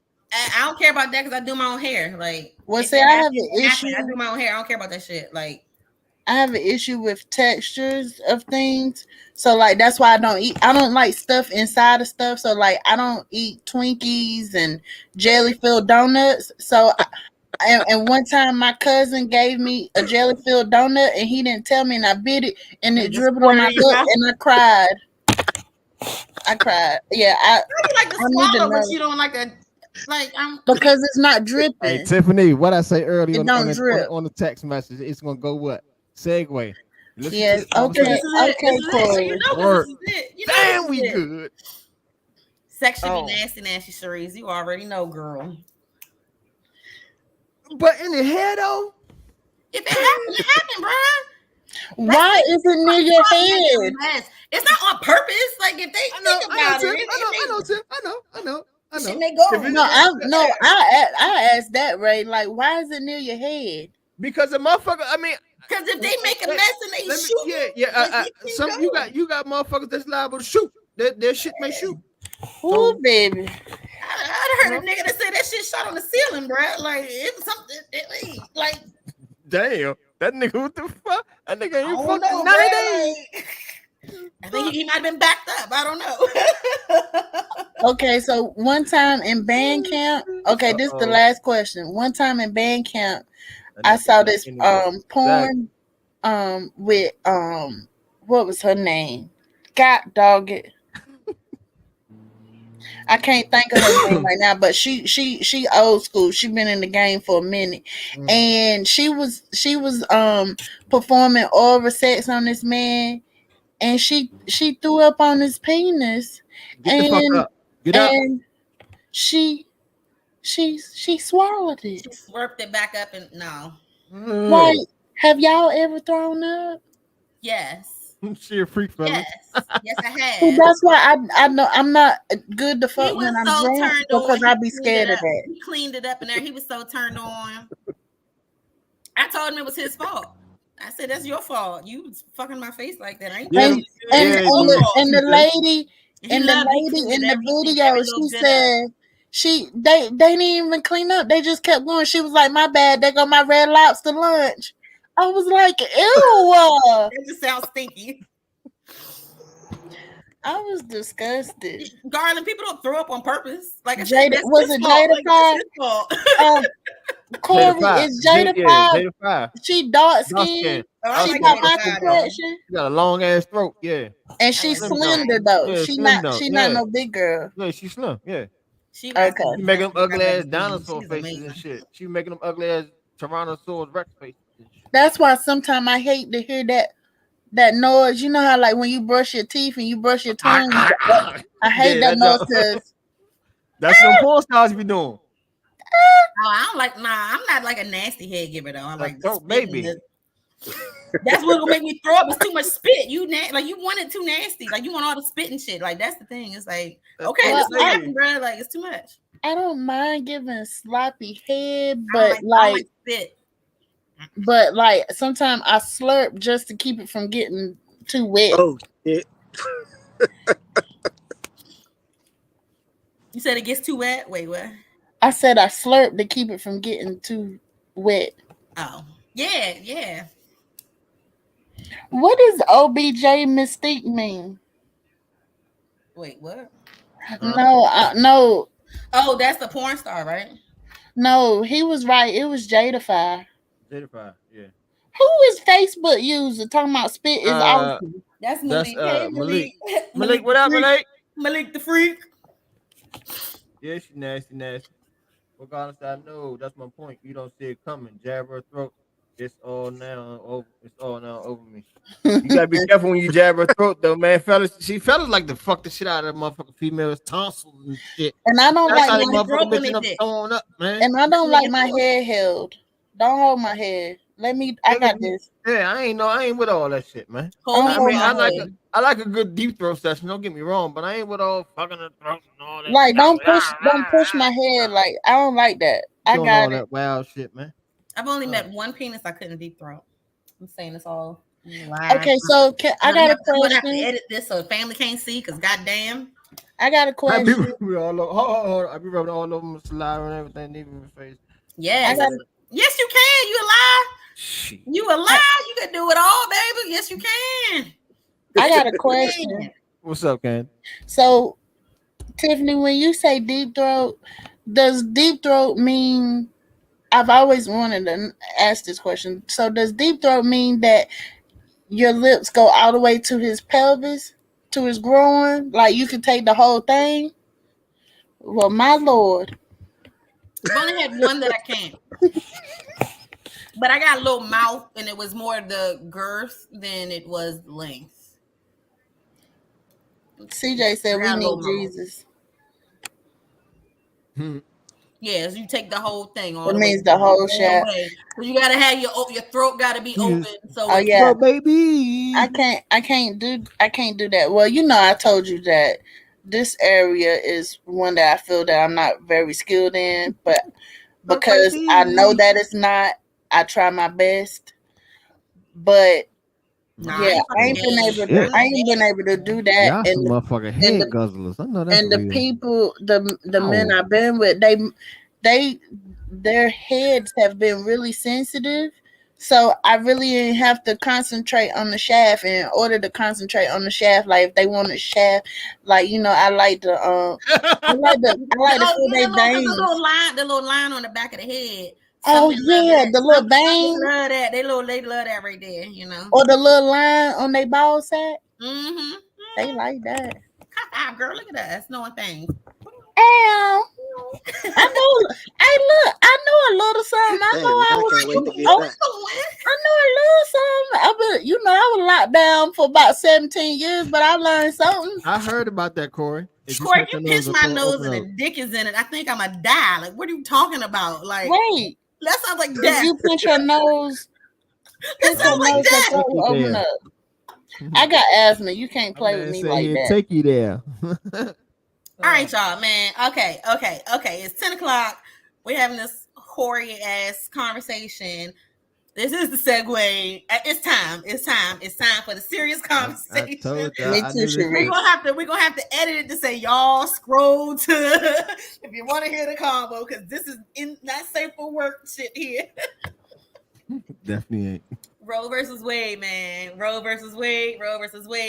They would say probably every last one of us would need to have any baby that we got impregnated with because we're whores, or anybody that you impregnated. You know what I'm saying? So that's the segue to that part, that important topic that we're talking about. Set y'all ass up. Thank y'all for tuning in, man, again to the Weekly Check-In Podcast, man. I'm Ray. Below me is Chad. To my right, our special guest, Southern Belle, Candace, and up top to my right is the beautiful Thirst Trap Justice Nicole. Again, every last Tuesday of the month we do open talk discussions. But this week we decided to touch on Roe versus Wade. You know what I'm saying? Instead of open talk. So we want to know, people's feelings behind it, perspective, what y'all think about it. So, yeah. So what do y'all think? Do y'all think the Supreme Court justice made the right decision or carried it in the right way? Since I'm a guest and long-winded, can I go first? Because I'm gonna try to make mine short. Absolutely. So several things. And I was talking to someone this week that reminded me that. Corey, come on if you can. I'm sorry. Go ahead, Ken. Someone reminded me this week, we were having a conversation about this, that you got to remember when the Constitution was written, it didn't have shit to do with women, period. Not even the white women, because at that time they were still considered property. Okay, right. So sit that thought to the side.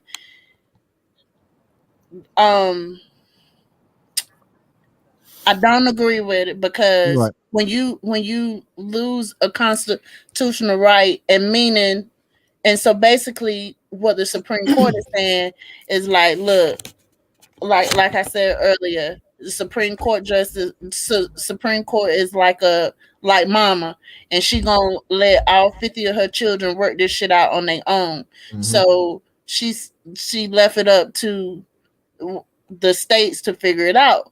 But you got to remember, like for me, instance, I'm from a state that's considered in the Bible Belt, and that's like from Virginia down to Florida and it curved to the left over to Alabama.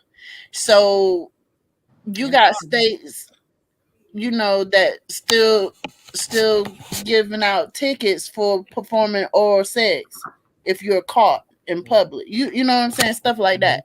Mm-hmm. So my thing is, you already got Texas on board, Alabama, Florida, Mississippi, that's already banning abortions. Now, when they say banning abortions, don't really mean that you can't get one, but this is what it means. It means that in that state, if you are caught getting an abortion, you can be arrested. Okay. Mm-hmm. So let's say somebody low income, they get pregnant and they want to abort. They would have to travel to a state that doesn't have an abortion ban to get the abortion.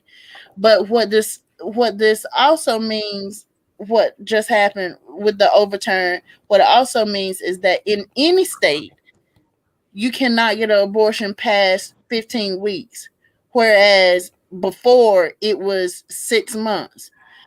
The problem I had with that was, okay, rape, incest victims, we know how long it takes for a child to go, right?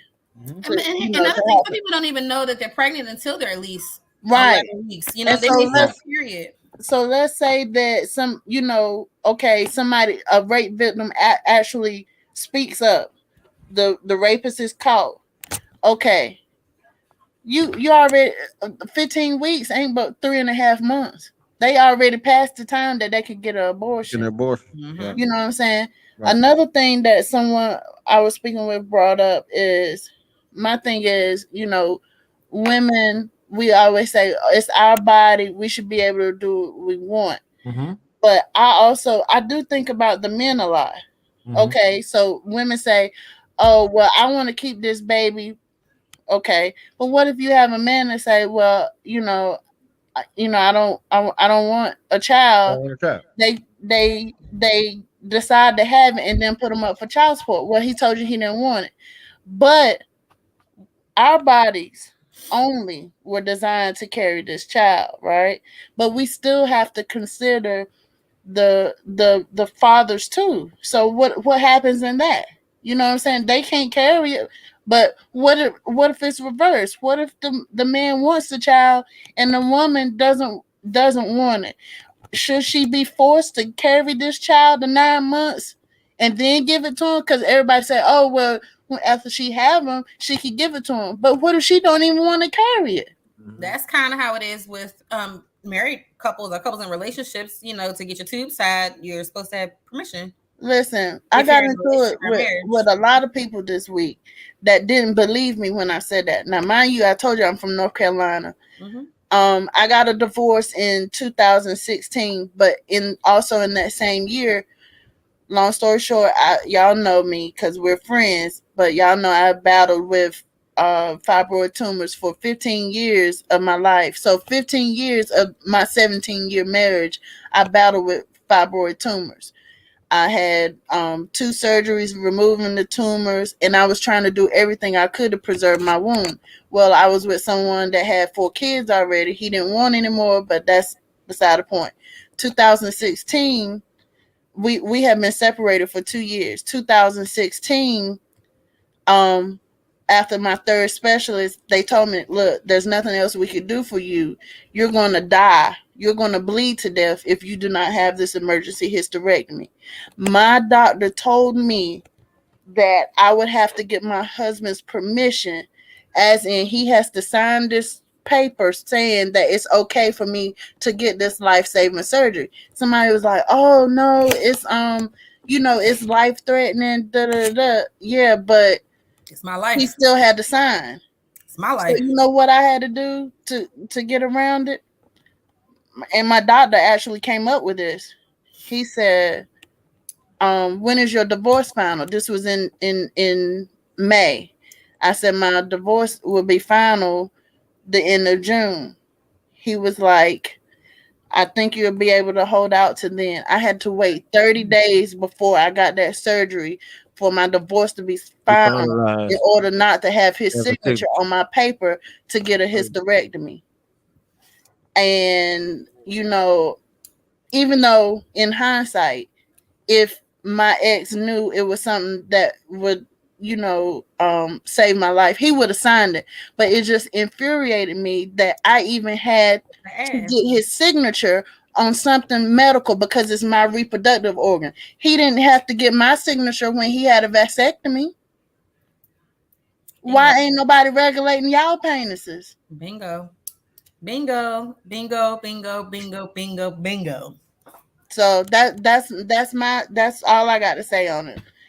Y'all just be careful, because also, as a side note, Plan B don't work if you over 150 pounds, and it should not, and it should not be used a lot. Like, it's emergency. Don't use this every time you just want to fuck raw. Get on something. Use protection. Because it's going to mess up your fertility in the long run if you keep using them. Like, oh yeah, I had rough sex last night. Let me go pop a Plan B. They $40. But yeah, that's all, y'all. Y'all know I get to talking and forget. No, you good, baby. You good. I've only taken a Plan B twice. That was since COVID. I love me some Depo. Love it. I'm big on birth control. It just grinded my gears that, we were married when he got his vasectomy. And yes, I knew he was getting it, but I didn't have that. When I went with him, they didn't say, oh, your wife has to sign this for you. But I'm in there about to bleed to death, going to the cancer unit, getting IVs of iron. And your husband got to sign this saying it's okay for you to have this. TJ, if you don't get up on this fucking show and actually talk what you're talking, because even if they weren't meant for us, they still impact us. And that's they impact us. It doesn't matter if they weren't meant for us, they still impact us. There are black women that get abortions. Like, they're Corey, what up? And that's the first thing I said. For us or not. Welcome, brother. That's the first thing I said, that the Constitution was not written for us or women, period. Yeah, exactly. It was written for old white men. I'm a woman first and black second. I mean, some people may say they black first and they a woman second, but I'm a woman. I came out the womb a woman. Like, I'm a little girl. I got a vagina. Like, you know what I'm saying? Race is a construct. The world made race and whatever, but I have a vagina, I have breasts. I'm a woman. So, ladies and gentlemen, we have Corey who just tuned in. So, hey, Corey. Is that Corey and Chad? Yeah, Corey and Chad. Why we can't see them? Yeah, their faces. Because I ain't signed in. You got your bonnet on? He probably did. Yeah, I got my bonnet on. I told y'all he like to hide. He's staying hiding. Right. How there you are, sir? Is that Youngie? Is it Youngie? Youngie. Yeah. That's right. Like, it shouldn't even be there. But we got to remember, when the Constitution was written, we were still property. TJ, and they ain't changed it. Get on the shit and talk. I mean, you gotta also understand, bro, that women couldn't even have a bank account until like 1960. Nope. You know what I'm saying? So it's a lot that goes into this, and it's an unfortunate thing because I can't hear nothing. We can hear you though. We can hear you. Okay, all right. So it gets a little weird when you get to talking about what a woman can or can't do with her body, the same way that I can do whatever I want with mine. So the fact that we even still asking questions, it doesn't make any sense. You know what I'm saying? Like, and then the other thing about it that makes it weird is that black people are having babies. Black people having babies. They ain't got no damn choice. So many folks are undereducated, you know what I'm saying, or they don't have enough money to take care of what they need to take care of. We're not the ones. We're not the ones. 60% of white women are getting abortions, bro. Mhm. But the thing that they also forget to mention is that there's at least 3 procedures I can think of off the top of my head that are life-saving procedures that count as abortion. So Yep. no, this is a tricky road, bro. This is getting real questionable. Only thing I can think of is that like malpractice suits are gonna be up because the back alley abortion ain't never go away. Right. You know what I'm saying? So malpractice suits gonna go up. It's gonna be a lot more, you know, the mortality rate gonna be higher when it comes to that because people are gonna do whatever they need to do to get it done. Having it legalized was just a safe way to do it, but it's gonna happen regardless. Mm-hmm. And I'm glad you brought up about certain procedures that are considered abortions, even though they're not labeled as that. Because I can't say this word real good, but y'all know what I'm talking about. Ectopic pregnancy, right? You know, and it's when a woman is pregnant in her fallopian tubes. Well, they call it a DNC. They go in there, they gotta, suck it out. You know, but it's actually an abortion. Or a fetus that you can't pass. You know what I'm Mm-hmm. saying? They gotta go in there and do that still, or the body gonna go septic. It's a lot of like crazy things that it affects. And Young I get what you're saying, but in my mind, you know, even though it's a woman's issue, it's still in my mind a very white issue. Yeah. It's a very white issue, bro, because black women ain't had autonomy in a long goddamn time. No, I was talking to one of my mother's friends, and mind you, my mom is 75, and her best friend is 70. She said when she saw that Roe versus Wade was overturned, she said it flashed her mind back to when they were growing up and women were going to these backwood places with the coat hangers and the castor oil. Shit snatched out. Mm-hmm. All you have there is a show, there's a movie that came out when we were children. It's called If These Walls Could Talk. You can watch the Janes on, it's a documentary on either HBO, I believe it's HBO, the Janes, and it specifically talks about how black and brown women were disproportionately affected by abortions. The access to them, the ability to have them. So I understand that we keep saying it's not a black and brown issue, but it still is at the end of the day. Like Candace said, or like Ray said, or whoever said, access is still a thing. Access is still a thing, even today. Rich white folk gonna always be able to do what they want because they rich white folk, whether it's legal or not. Yeah. But then they don't want to. Then they don't want to take care of the babies once they're here. They shun welfare. They shun the Affordable Care Act. They shun the programs that would actually benefit these children. What up, Arthur? So it is about raising the numbers of the white population. Replacement theory. It's 100% about raising the numbers, but we will be impacted by it. I'll tell you right now, 100%. The liens become non-existent. That's what the fuck it is right there. That's what shit is, for real. Yes, that's what I said. That's replacement theory. That's why it's replacement theory. Yeah. The whites are being replaced, so now they're trying to stop the shit so that white women can't get rid of the babies no more. That's replacement theory. I'll tell you right now, if folks want this decision overturned, all white women need to do is start having little black babies. It'll get overturned tomorrow. You gotta go to West Virginia. Hold up, I got a long comment. Here go Mona's jump. Hey, somebody read that. I'm trying to tend to Trini. He trying to give me I don't see anything. Mona said there definitely should be medical/rape provisions, but abortions in the black community is a serious problem. If there weren't so many black abortions, we would be the majority. That's my stance outside of any legislation. Well, I don't think any woman should have a child if they don't want to have a child, though. at the end of the day. So yeah. And about the white people too, I must tell you something else they did, and I can't remember if Tiffany we discussed this on the show before or not. I can't remember if you said it or a guest that said it. Is that we talked about the rich white people? Oh, they most definitely have abortions too. yeah, Them senators and them governors, children that be out here wilding out. But you know how they get around it? That because they got a doctor that can code it differently. right. It Right. won't look like so it So doesn't it's not say called an abortion. abortion. They Right. don't call it abortion, but Exactly. they definitely getting them. But they got money to do it, so that goes back to access to care. Hey, Yeah. Mona, Capitalism.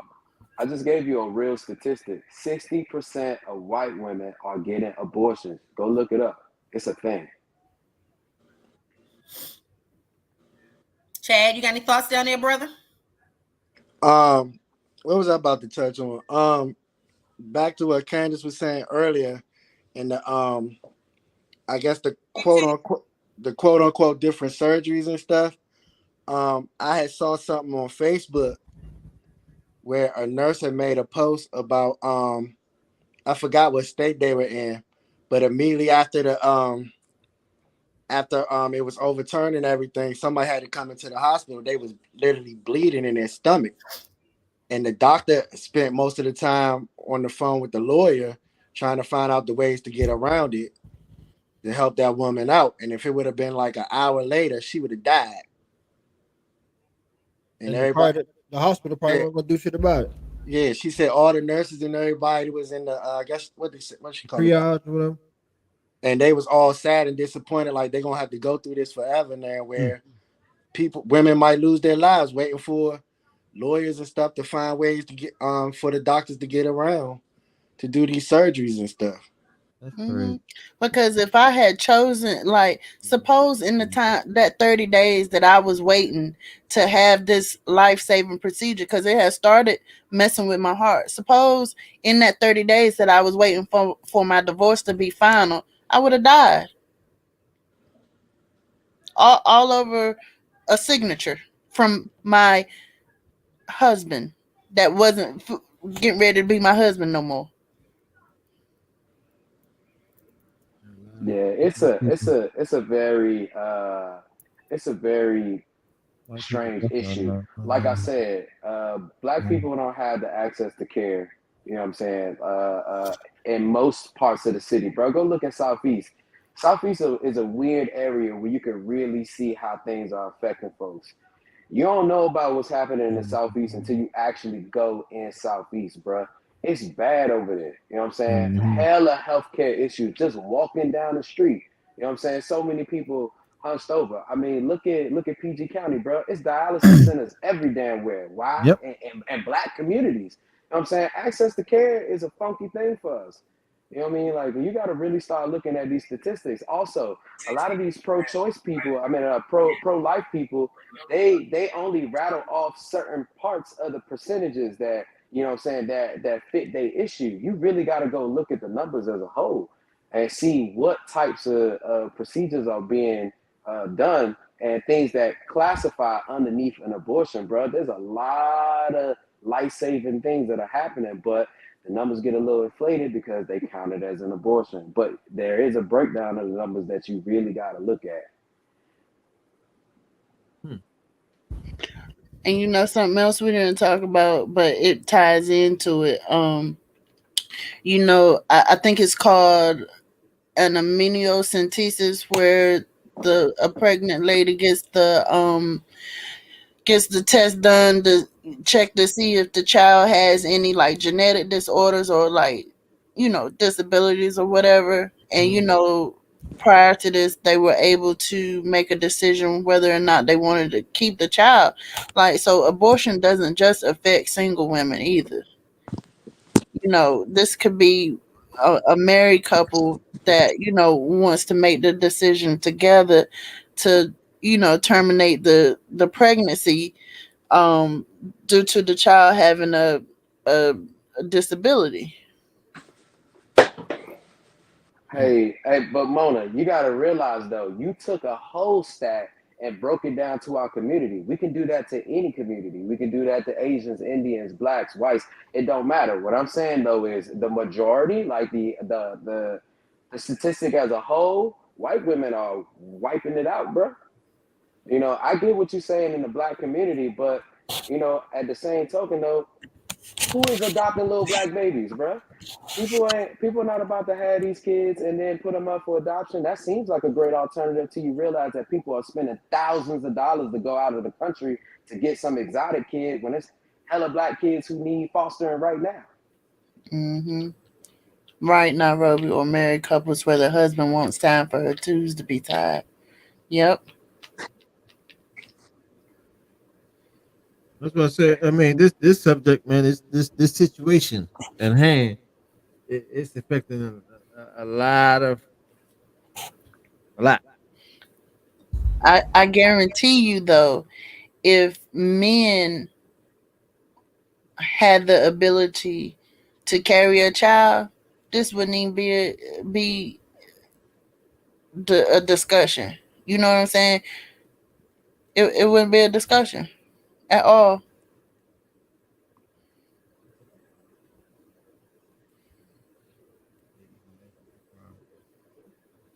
You might be right.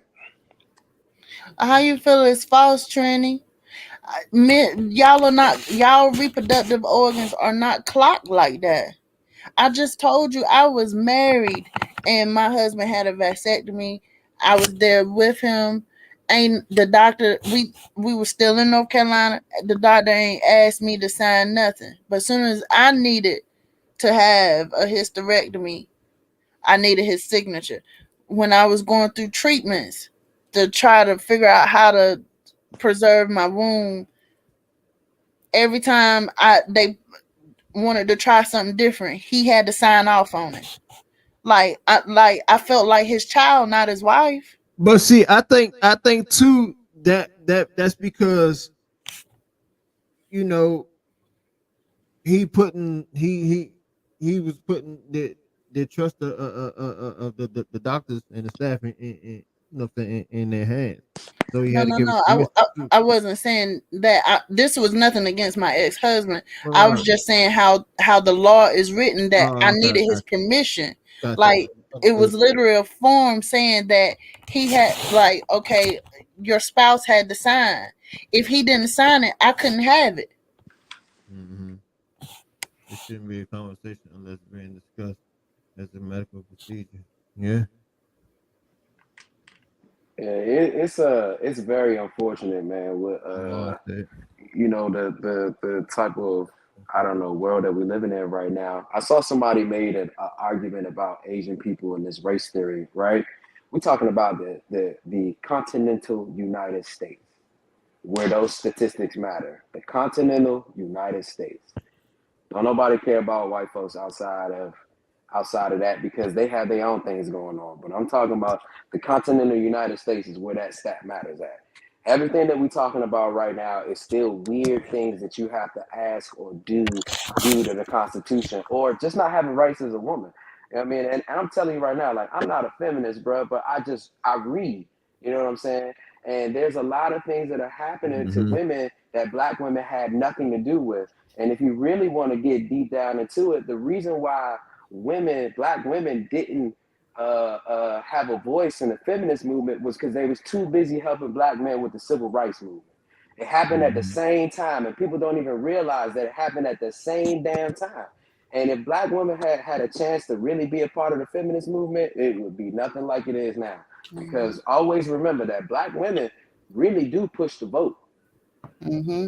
Well, feminism, I mean, it was based off white women's issues. They didn't. That's why I say you're a womanist more than being a feminist, and Mm-hmm. that's where the part where it comes in. It's like, yo, I'm a woman first. Like, I'm here for women. Yeah.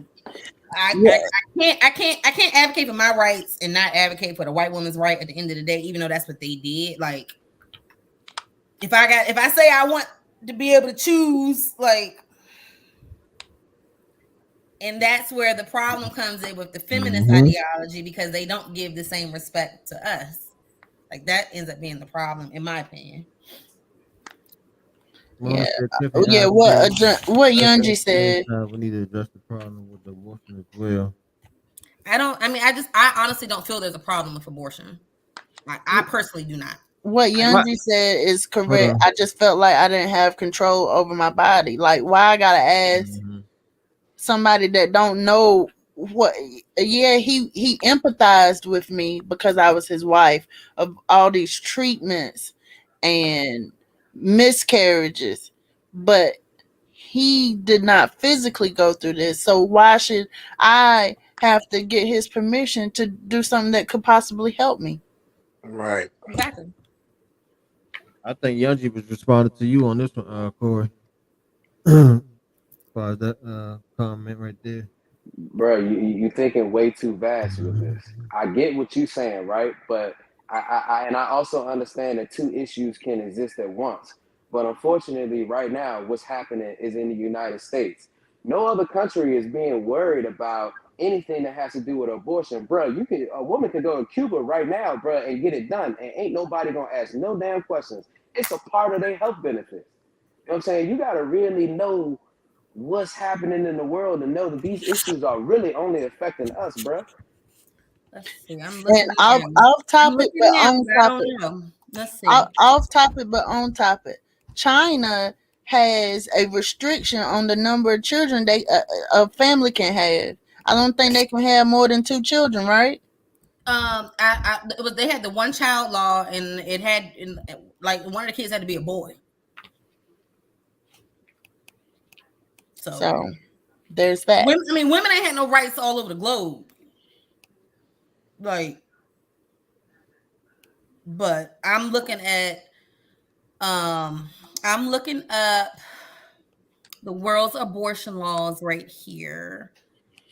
Of course, like highly religious countries, like of course, their laws are highly restrictive against abortions. A lot of African countries, Muslim countries.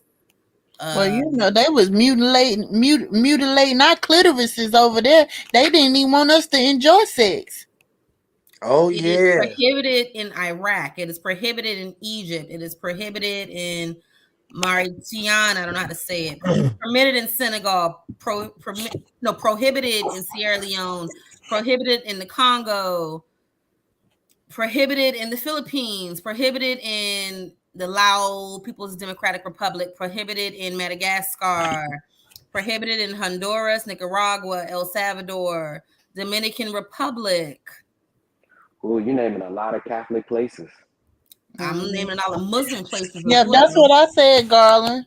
As soon as we started our conversation about Roe versus Wade, I said the Constitution, when it was written, it was not designed for nobody but old white men, not even white women at the time. We was all property. But the United States is listed. It's multi-toned, and it is prohibited altogether, and on request, gestational limits varied.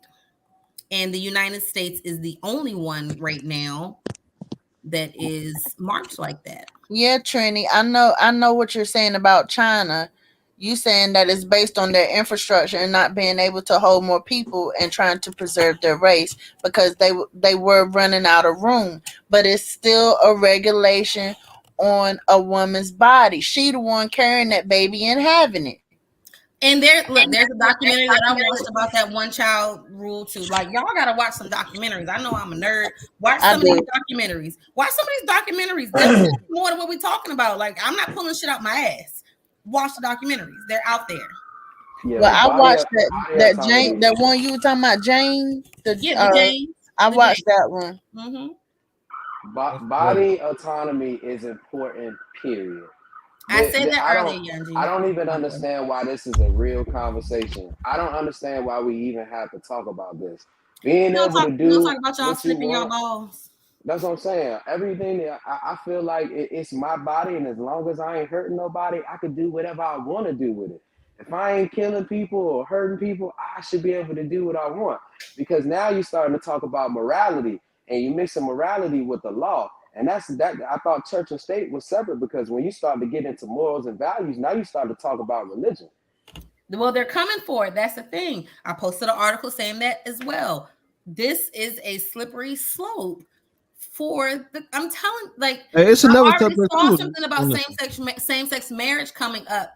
This is a very conservative court. Things are being rolled back. But Trent, did you see? I might have been in like Tennessee or something. There was a high school football coach. And it went to like their state Supreme Court or whatever. I think it went to the actual Supreme Court. He had kneeled to pray or something at halftime at his high school, something along those lines. And the school district had told him not to. I can't remember if they fired him or put him on suspension. Are you talking about the coach? The coach. Yeah, he was praying before the game. Yeah, but like on the field in front of everybody. Yeah, him and the team. He was praying. Yeah, but he got in trouble for it. He got in trouble for it. Because that is. You're not supposed to pray at school. But they overturned it. They overturned it and said, "Well, that was his personal belief. It wasn't the school." But see how they're crossing the line. Give him his job back. Of church and state. If somebody would have been out there with the Quran, would it have been okay? Right? Child, he would have been at the house suspended without pay. Mm-hmm.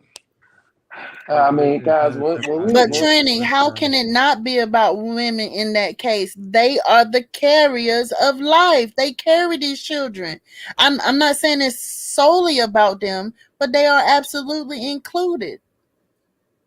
Hey, bro, I don't even see how you could, you know what I'm saying, like really think about it like that. Because again, man, a means to an end, a means to an end don't have nothing to do with my body.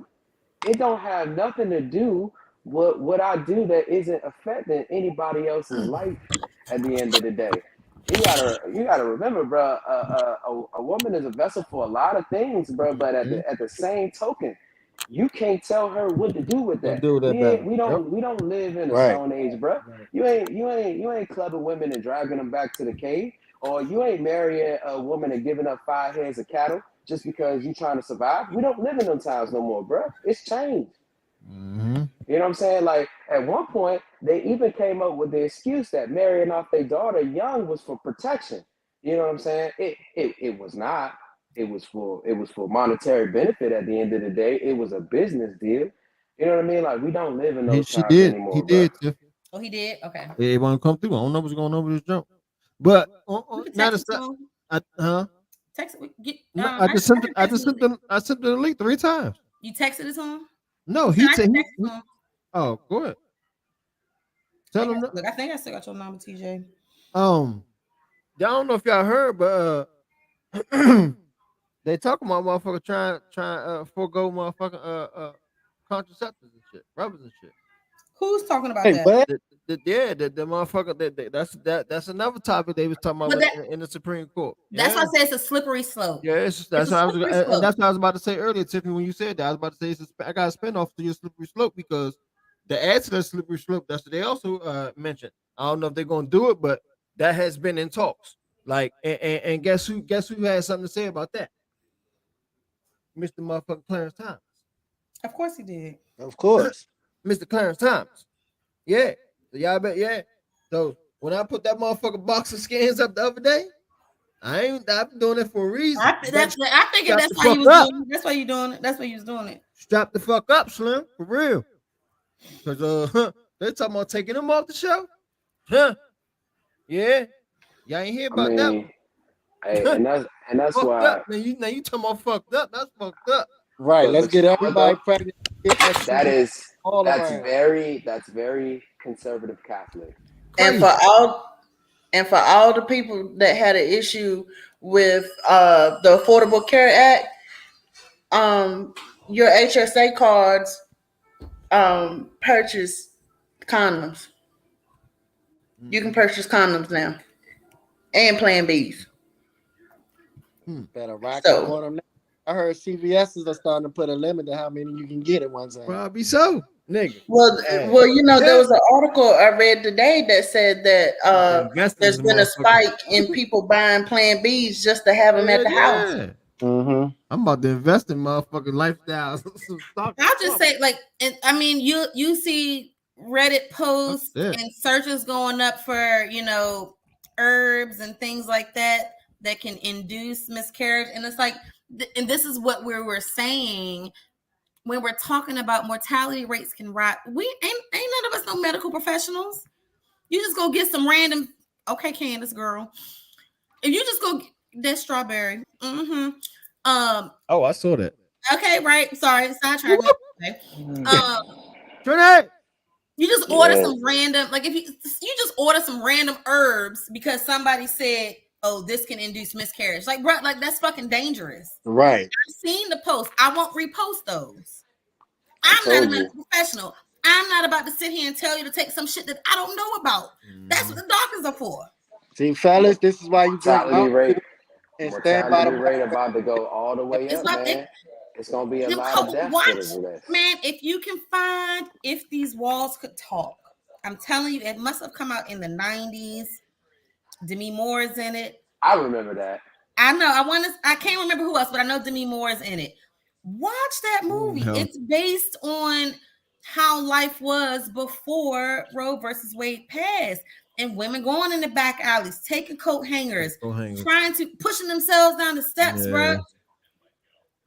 Just having reckless raw sex is not the only way that you can get pregnant. Trini, so you on here now, finally, after 55 million attempts. Yeah. What's your stance, man? Coming on here like Barry White, boy. You had a lot to say, so speak your mind, brother. Welcome again. Welcome again. What's happening? All right. Here's the deal. All right. So I'm gonna start with the China portion. So I'll respond to Candace, and I don't know who the other guy was. Yeah. Okay. She's a woman. So what I mean by that is the Chinese people have the infrastructure issue, and they have an issue where they don't know where to house people, and in their culture they believe men are more valuable than women. Overall, that's just the overarching idea that they have.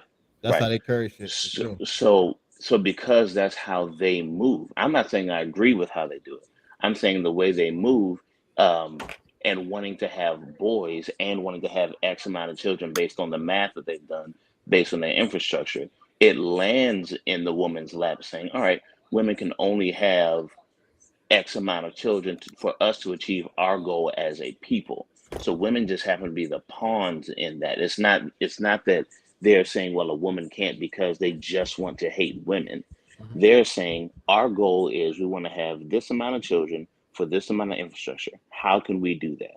Since women are the only entity on the planet that life gets passed through, that's how you become a part of the equation, but it's an unintended consequence. It's not that they're trying to make your lives difficult or have total control over you. They're trying to run their country a certain way, and you're a byproduct of that. Yeah, I wasn't disagreeing with you. I was agreeing with you. I was just saying that, like you said, we're the carriers of life. Mm-hmm. I wasn't disagreeing with you. I was just saying that, I thought that their women were still included because it's a type of control. You know what I'm saying? It's a control on their population. It's always going to feel like a type of control to us because we don't live in that world. We live in a Western society where we have first world problems. They have a different set of rules that they live by. So it's going to look and feel different to everyone else on the outside, just how white people don't understand how black children get disciplined because they do it different. It's the same ideology. So it's a couple of comments going different directions, but this is a long comment right here from Mona. And Mona I'm gonna go back. I'm gonna go back to that. Hold up, Candace. I'm gonna go back to that. And he was. I know God was basing this off population. He was talking about. Yeah. So. Mm-hmm. But I'm gonna go back to Mona's comment. Give me 1 second, y'all. What they are people. They commenting too off Trini right now. We can feel how we want to feel standing over here in the U.S. None of us are going over to China to go fix it. I'm not saying that I agree with anything that they're doing. I'm saying that's how they move. It's the same argument as if you're one of those people who says, well, I don't believe men should marry men, or I don't believe women should marry women. You can feel how you want to feel about it. It doesn't change the fact that they have a right to do whatever it is they want to do. Yeah, but Yunji said, yeah, if I'm incorrect, Yunji, please say something in the comments. I think her comment was that we're actually doing the same thing with population control. We're just calling it something different, and we're not saying it out loud. Our population control over here is trying to accomplish two things at one time: eliminate black and overpopulate white. Yep. That's the intent. So They you call themselves eliminate trying to purify the race again. exactly. So the way to eliminate black, you got to ruin the black family. That's the first thing you have to break down, which is what they achieved in the 60s and 70s by giving women welfare and having a bunch of single woman. And locking the men up. Whether people want to admit it or not, we currently live in a matriarchal society as black people. Black people, that Bing entity. bong. Why is Bing that? bong. Have you ever heard of? Hold on, Patriarchy, but I get what you're saying though, TJ. I get what you're saying. I ain't gonna disagree with you straight up. Mm-hmm. Mm-hmm.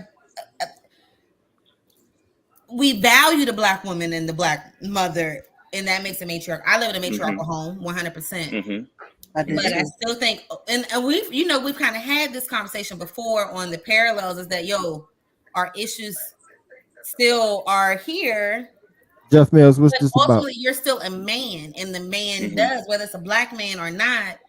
You could vote before I could. You could do things before I could. No, so I could not. That's still. No, I could not. We as black people couldn't vote together. Neither one of us. We couldn't, but a black man could vote before a black woman. Mm-hmm. Mm-hmm. So the reason why that is because we were allowed in the workforce first. Because at that time, black women weren't so much worried about working; they were worried about running their homes. Working wasn't the thing because we made enough. We'll say made enough for what it was. There were plenty of black women that wanted to work, though. I understand that because our culture before being brought over here, black women were working anyway. It wasn't a problem for black women to work. This is why I say this has never been our struggle. It's really never, none of this that we're talking about has ever been our struggle. We have just been weaponized against each other to help fund and fight the struggles that they have. Brother Jeff, what's this book club info about? If you don't mind letting us know. Behind the 8 ball and not by choice though. I don't disagree with that sentiment, but it is not because black men don't want them there. It's that we have never had the power or the means to make that happen. I don't think that's the argument, though. Like that's not the argument. I'm not saying that's the argument. But when you make a statement like that, I think it should be quantified with something. To just throw something up and say something should not be X, there should be a Y for that. But I understand that. But you're also but you're acknowledging that you all had certain things first, like y'all were working first, and this and that. But then saying that because the women, we were doing you know what I'm it. saying? Right, but when we were doing it, we weren't using it as a sledgehammer to lord over our women. White men did that to their women. Some black men did. Some black men did. So when you say some, that will discredit any argument on the planet that you can ever make. There's always going to be a some in everything. I agree with that, but that's this day and age, you can't say all, you can't say men. You have to put the quantifier in there. Nothing is all. I do agree with that. Nothing is all except for birth, death, and air. We all are born, we all die, and we all need air. I agree. And we all pay taxes. I'm just saying, none of those things quantify how we get to where we are and why we're having a discussion about something that we were never solely in control of or still have no control over. I would still like to backtrack. I'd like to backtrack to one thing you said about the matriarchal society that we live in as black people. Mm-hmm. You have never heard anybody say, we're gonna go have dinner at Big Daddy's house. It's always at Big Mama's house. But because we have always looked at black. This is what I'm saying. Black men have never looked down on their women like that. white men look down on their women like that. So black men don't Say use what now? I'm about to say, I think over you'd there have women. to ask a few of our big mamas about that, though, for that to be a Wait a fact. minute. Wait a minute. Trina, also, can you you I said repeat it. what I you said said? it. I don't agree with that I at all. said. Trina. I said. I I'm gonna 100% tell disagree you. with that because your grandma was getting her ass whooped because No, she of wasn't. a patriarchal Yours wasn't. society. Yours wasn't, bro. But I'm from the Yours South. wasn't. I'm from Like, the South, bro. I know a lot of grandmas that done had that problem. You know what I'm saying? It's a thing, bro. And you might not have seen it in your house. You might not have seen it in your house, but it exists for a lot of black families. Period. I did not say it didn't exist. What I'm saying is the way you frame it is north of 50% of black families or black women were getting beat like that, and that's not the case. It happens. but we don't know. Like, how do we know it's not the case? Hey, listen, bro. I'll say this I'm much. asking. All right? I'm asking. How do we know that's not the case? How do you know that's not the case? Because you would have seen it somewhere. You would have seen some stat. You would have seen some record somewhere No, you that wouldn't have shows. because you're black. You wouldn't I have gotta because you're agree with black. Corey. My family's from You the wouldn't South. have because you're black. What does being black have to do with that answer, bro? That has everything to do with statistics were not properly kept for us, dog. There's a lot of parents who don't even know where they was born or the year they was born in, simply because statistics were not well kept for us. You gotta look at it in a real scope, brother. I don't know where you live at or where you from, but these things are happening. There's no denying. Never once. That's a quote from an article that I just posted. Never once did I deny that these things happened. What I'm saying to you is they were not the determining factor in how our people moved forward. There's the bad apples to every demographic of everything you could ever name on this planet. They will always exist. But to imply that that's how we were running feeds into the narrative that, okay, well, I guess black men are just savages and we just beat people for the hell of it. Well, I mean, I think that's the narrative that you don't want to put on it, that black men are savages or black people are savages, but that doesn't mean that it didn't happen. And I mean, Corey does have a valid stance when he says that our numbers weren't recorded. That is true. We used to record births and Bibles for us and what was happening, and and whether or not it was a product of what was going on because of the white people, it's still, that doesn't mean that it wasn't happening to black families. Corey, look at the private chat that you did. Oh, okay. So I posted in the chat that there's an article that just came out from Guardian that was written by a black woman that says black women could see a 33% increase in pregnancy related deaths post rape. You know what I'm saying? That's important. That's super duper important because black women are already being marginalized in health, bro. They can't even go to the doctor and say I'm in pain without somebody thinking that they want drugs. That's right. Doctors talk about this. It's that happens doctors to my on best TikTok. friend, 100%. My It's best doctors friend on TikTok right now talking about how white doctors were taught how to treat black people. You know what I'm saying? This ain't no secret, man. It's real bad out here for us, and we got a lot of underlying issues that we don't even talk about as a black family, bro. You know how many secrets it is in the average black person family? People don't even know why they have the mental health issues that they have. There's a lot going on. It's way bigger than these numbers that you keep trying to give because these numbers don't really exist. If you're a part of it and you're talking to your friends and your family, you know. And there's no reason why I can name at least 30 people who done seen their people be in abusive relationships, parents and grandparents, and have seen it. But the numbers are not recorded the same because don't nobody give a fuck about what black people got going on. Yeah, they disregard them phone calls. They take them phone calls as further stamps my point that I was making, that none of this Roe v. Wade conversation has anything to do with caring about what happens to black people or black women specifically, because that's who it affects the most. No one cares. They're trying to get rid of us and trying to bolster their numbers. That's the point. Well, we agree with that. Yeah. But saying that we 100% agree with that, but saying it doesn't impact us or it's not our issue, I think is where most of us take fault because we are impacted by it. So let me So we explain do what I take let issue me with that. explain let me We explain agree what I with mean you by saying what you're saying, though. We That's agree crazy, with this white people. okay. We agree with that. Okay, so here's what I mean by not our issue. What I mean is, just as with feminism, Black people for feminism as the topic have taken on this struggle as if it were our own, and it is not our struggle to own and to champion for someone else's plight. That's what I mean. It does not mean that we're not affected by something. It does not mean that there may or may not be a trickle down effect or snowball effect that hits some of us. I'm not denying that that happens. So But I we am ain't supposed to say saying, nothing. I know. So we no, we no, supposed to just have all the babies and be poor on welfare no, because no, no. we What want no, we what we're can't say supposed nothing, to do, so white people what had the we're babies. supposed to do is correct ourselves and function like normal people. What we're What does supposed to that do, mean?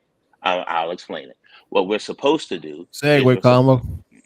what we're supposed to do is we're supposed to have our children the way we're supposed to have them. What I mean by that, I do not mean marriage because everybody is not intended to be married, but I do mean that we need to co-parent successfully, at the very least, at the minimum. And if you're going to co-parent successfully, that would mean you would have to pick someone who is suitable on both ends, a suitable mother and a suitable father. If you don't want to have children, that's fine. You stay out of the conversation. If you want to have them and you want to create a productive member of society, and if you're one of those people who care more about your people than everyone else's, then you will put them in a place, the best possible place for the child to Who thrive. determines And who's suitable to have a child with? See, that's why I Who said determines segue that the combo. co-parenting is gonna work? Who mhm, determines those things? That goes And back to but you Trini, you and as it also you as comes back you to as the access adult, No, again.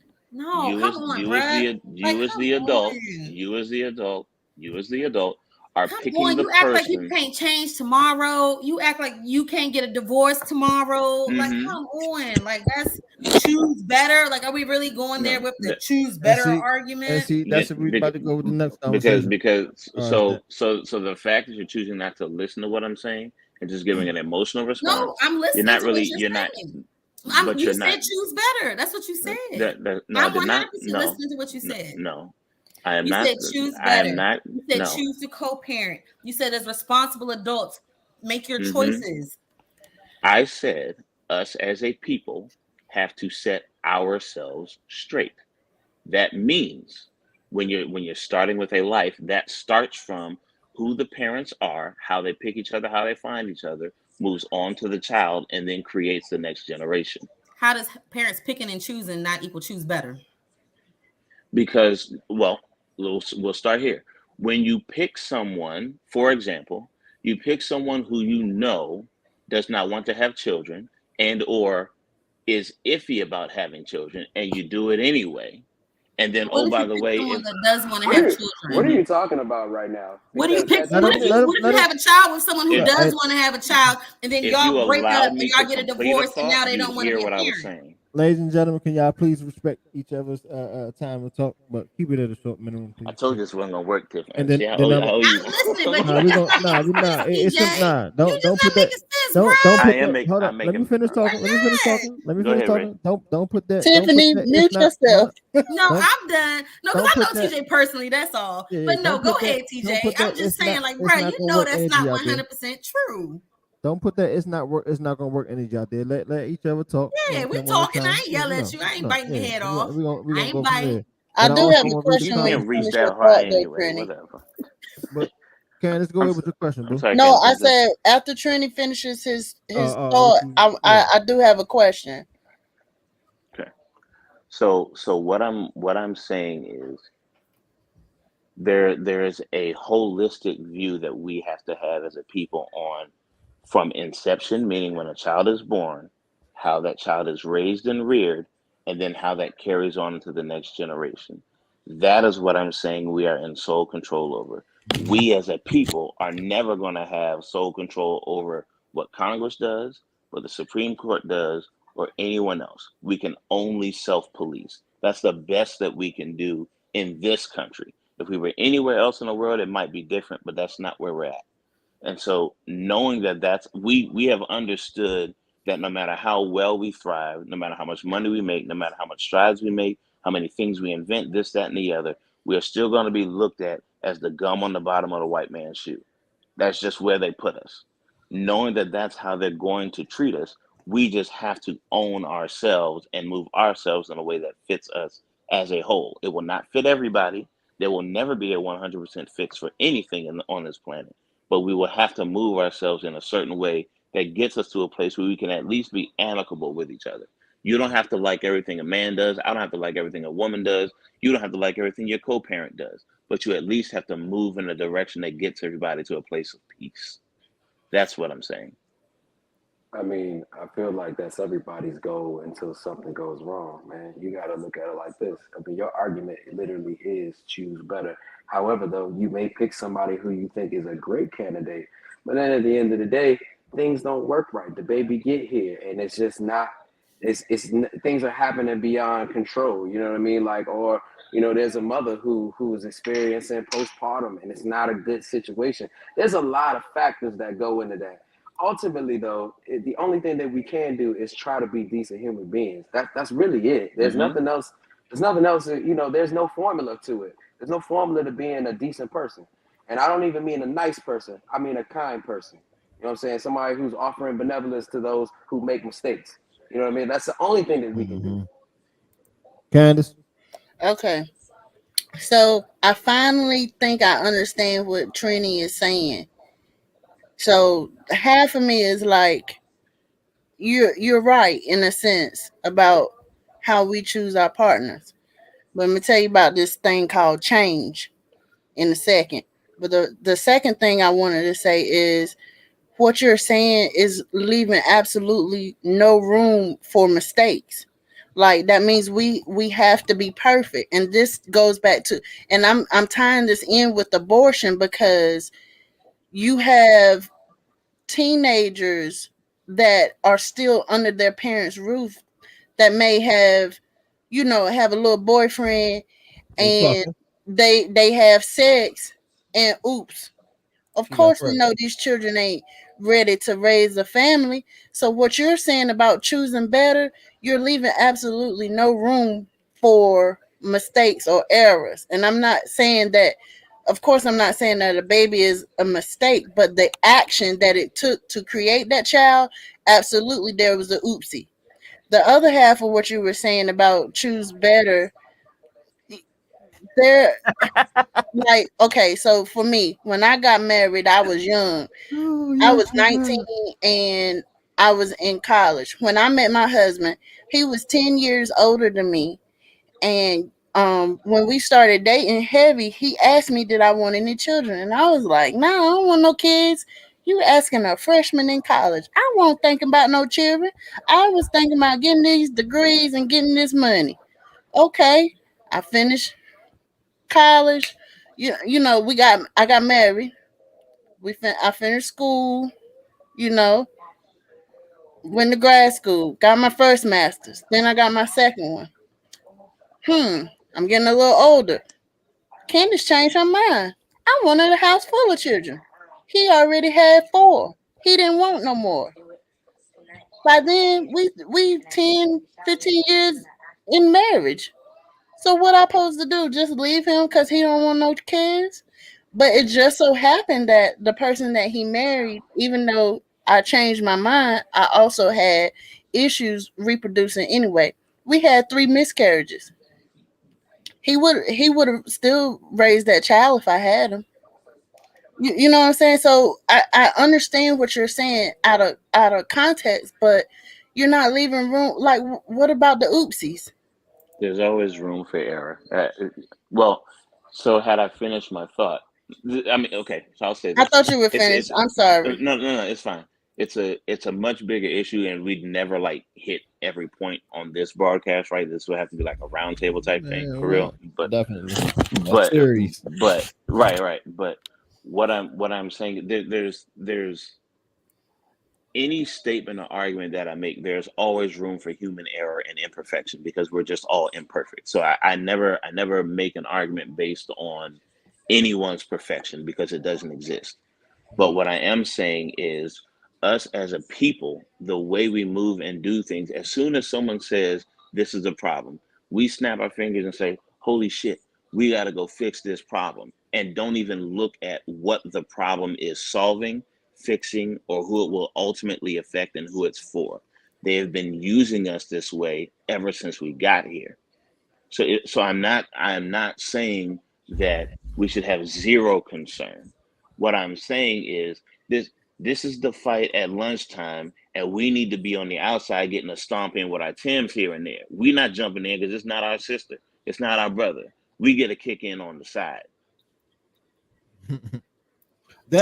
Saying girl, I was raised in a household that preached abstinence. However, my mom was a sex education teacher, so she also taught me about sex education.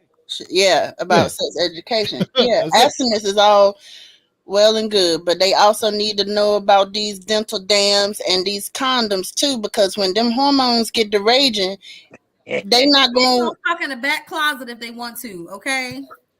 Yeah, I mean, it's ridiculous to teach abstinence. I think because it's not even natural. It's not even natural. See, that's that mental state. Like now, I'm back to abstinence where I'll break it if I can trust you to go through my phone. We can. Shut up! You ain't no fucking abstinent. Get out of here, Chad. So let's touch on. This nigga just got through singing backup for Jodeci. Knock it off. Okay. Look, exactly. Candace, me and you. Right. It's about proper wound care. Yeah. Mute yourself again, cause you talking crazy. I've been good for like a week. So let's talk about real quick about when the conversations that I have been seeing on social media about being responsible for your actions. You know what I'm saying? And I have seen a lot of the fellas or a lot of men saying that women need to be more responsible. You know what I'm saying, and make sure he straps up or whatever the case may be. That's of course it wasn't word for word, but in so many words. All while negating how they're irresponsible because their sperm is the one that impregnates an egg. Right. You know, where is the male birth control? Are you willing to take it? Are you willing to get your tubes tied if you don't want no children? Mm-hmm. Women get on IUD. Women take Depo. They risk all them hormones, emotional changes, and then y'all shun them for emotional changes because they're on hormones. And they are like, horrible. Come on, bro. Like, irresponsible. Birth control is not 99%. Birth control is not 100% effective. Condoms are not 100% effective. Right. If you don't want no babies, it's on both parties. Do their part. Right. And guess what? You can be married and in a happy, loving home and still end up needing or wanting an abortion. Hey, it's not everybody that's out here spreading their legs and shooting the club up everywhere. What when you mention the post, what is it that you're saying is the thing that people are being irresponsible about? Are we talking about children? Or are we talking about what's the I mean, just the whole active section. I'm saying making sure the person is protecting himself. You know what I'm saying? Making sure that motherfucker that rubber stay on. Making sure that motherfucker rubber is on. Making sure he's using a rubber. Like Tiffany just said, we know. Rubbers pop. We know condoms pop. Condoms do pop. That is 100% something that goes 50 on his side, 50 on her side. You motherfucking right. You fucking A. Yeah, because sometimes I be so wet, I don't even know if the shit's still on or not. You know what I'm saying? I mean, but when you've had wait. Several times. I've been stealth before. And that's a 100% violation. What if I got pregnant off of you stealthing me? But here's the other thing, though. And now I'm being irresponsible. We just gonna let Candace slide with flying in that low key brag though. No, it's true though. It's true. What she said is true though. You the only person that caught that, Corey. It's true. No, I heard what you said. I didn't say nothing. If you used to wear condoms, like I'm being serious though, especially with them damn skins, because I like those because they not heavy like them damn magnums that smell like a tire factory. Them skins light. Yeah, man. I'm used to being in a relationship. I can't relate. I can't relate. Exactly. I can't relate. I'm used to being in a relationship. And see, that's another thing. A lot of people can't relate. I'm new to these condoms. A lot of people can't relate, and a lot of people may be new to condoms. You know what I'm saying? However, you got a lot of motherfuckers out here nowadays that's still before they just heard this overturn. It's been real motherfucking reckless and it's going to continue to be reckless with that shit. You know what I'm saying? So it's like I you think really it's going to cause a little bit of a shift because it's liable too. It's liable too, and I hope it does. You know what I'm saying on the favor of the men because the men are more responsible when it comes to making that call fires strapping the fuck up to a degree. 75, 70. I say 60, 40 on that part. I mean, y'all gonna let a joint sit on your dick without no condom on? Like y'all will. I mean, y'all will. It happens. Y'all will. It happens. It happens. Kenny, you but can't say nothing. You married off, so we talking about. What they got? Okay, that's all right. So Tiffany, you think a single man? I won't say it, Tiff, but you think a man would? You think the average man will forgo a rubber and let? I know they will. I know they will. You motherfucking fool. I know they will. Why is that always the argument, Candace? You think because I'm married, I don't know what happens? Is that like I suddenly have no sense sir, of what not at happens all. No, sir. I'm just saying, at this present moment in your life, what you think about kind of stuff? It's different than 100% straight up single. How about that? I understand because, but like I said, what you say, Tiff? But Tiff, I exist in a I world. know. Listen. I know. Condoms are new to me because never mind. You know, I was with somebody. I was with my husband for 17 years, so I had to adjust. Thank you. That's the word. Adjust. But like Tiffany said, and when you in a relationship, like for me, I'm gonna be honest. If we're monogamous and it's just me and you, after about 5-6 months, I'm gonna be like, look, can you listen? Can we get rid of these? The problem be coming when everybody think they monogamous. And it's like if you ain't got no title,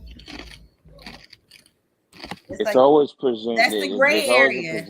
There's always a presumption that the guy has a rubber in his wallet somewhere. There's very rare, right? There's very rarely a presumption that the woman has one, even though there is. There's options for her as well. I'm not saying which one is right or wrong.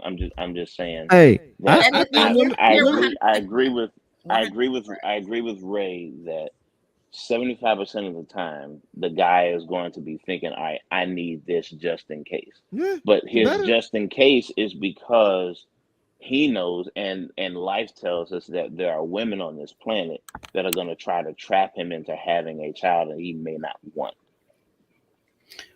Well, at least I guess I'm rare. Not 100%, but I guess I'm rare because of the household that I grew up in. Because my mom was a sex education teacher. She even still to this day is 75, and when she comes to visit me, she'll leave me bags and bags of condoms, and then when she get back to North Carolina, she'd be like, "I left you a little present, boo." Hell yeah, you know. Yeah, look, and again, man, because you, that man, look, stop playing. Okay, so the question was about responsibility and who should own it. The fact is, that is something that is a shared responsibility for everybody. Now, once the kid comes in, if we're going down that rabbit hole, because it sounded like that's where you were going, Ray.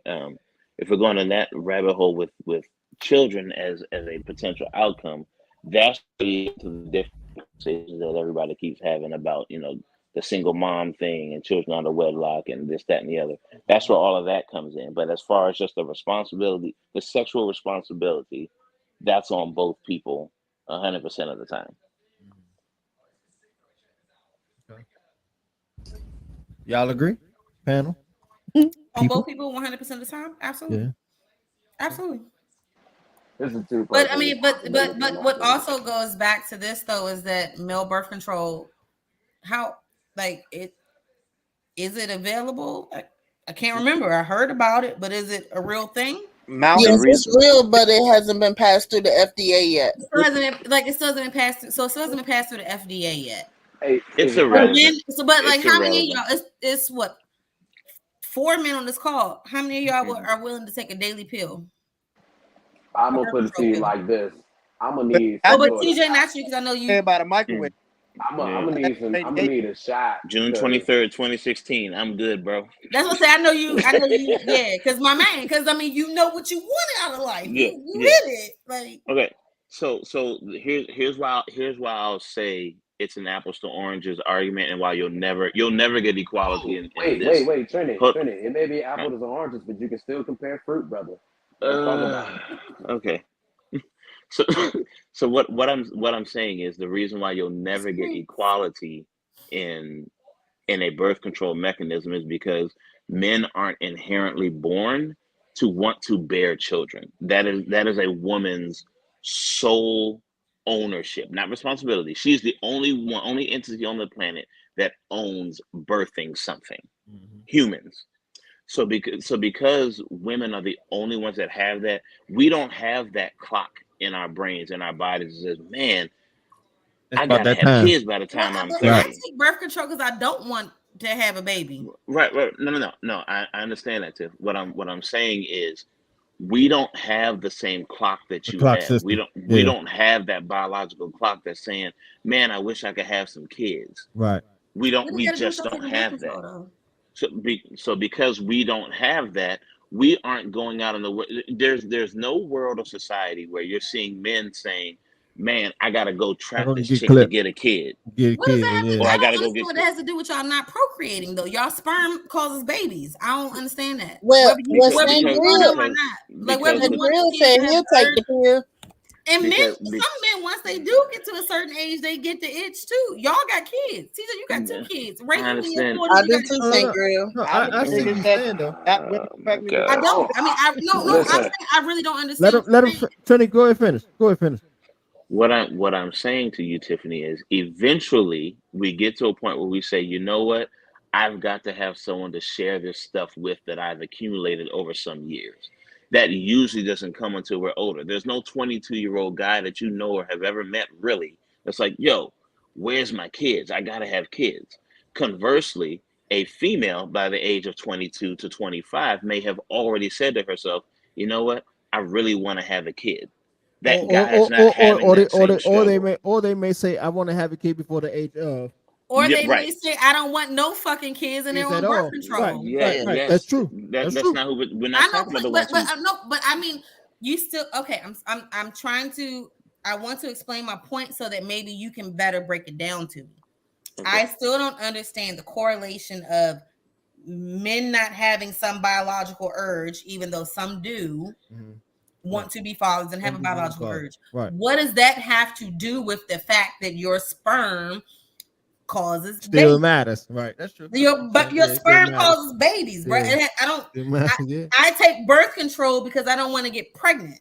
Right. Like, to me, that's the same thing. Your sperm if you baby. So if I don't want somebody to get pregnant, if you were to line up 100 guys between the ages of 20 and 30, we'll go with that age group.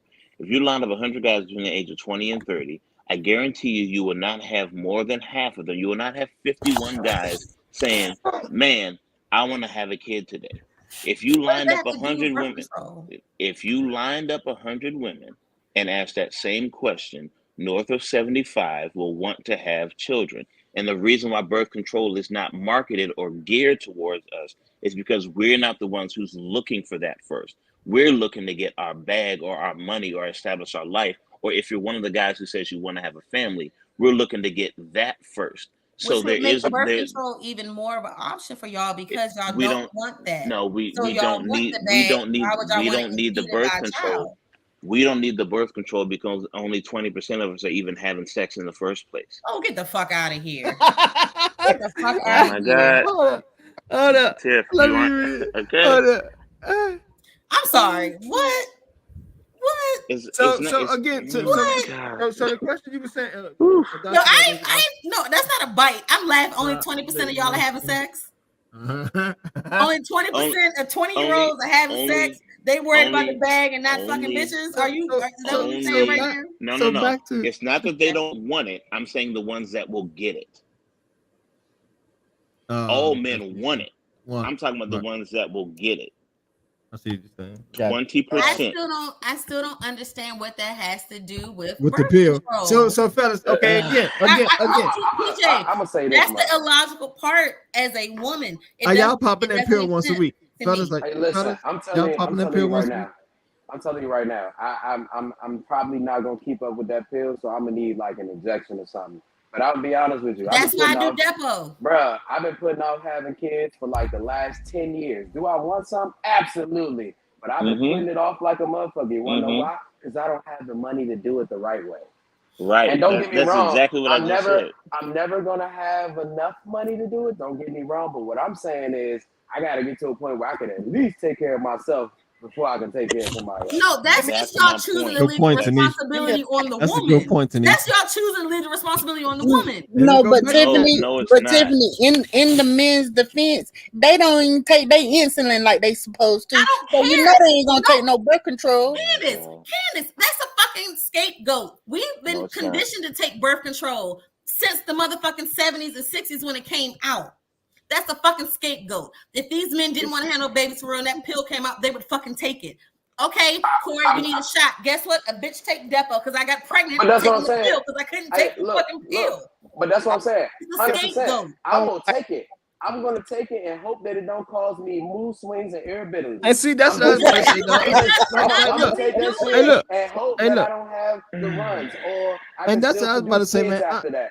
I'm going to take it and risk it all. It'll be an option for me to possibly take that pill. However, I want to see the motherfucking side effects of that motherfucking pill. Hell yeah, it's gonna do the same thing to you that it did to us. Your ass gonna be moody and you're gonna be fat. Yet I'm still gonna have my motherfucking rubbers on me. Fucking birth control, cut it.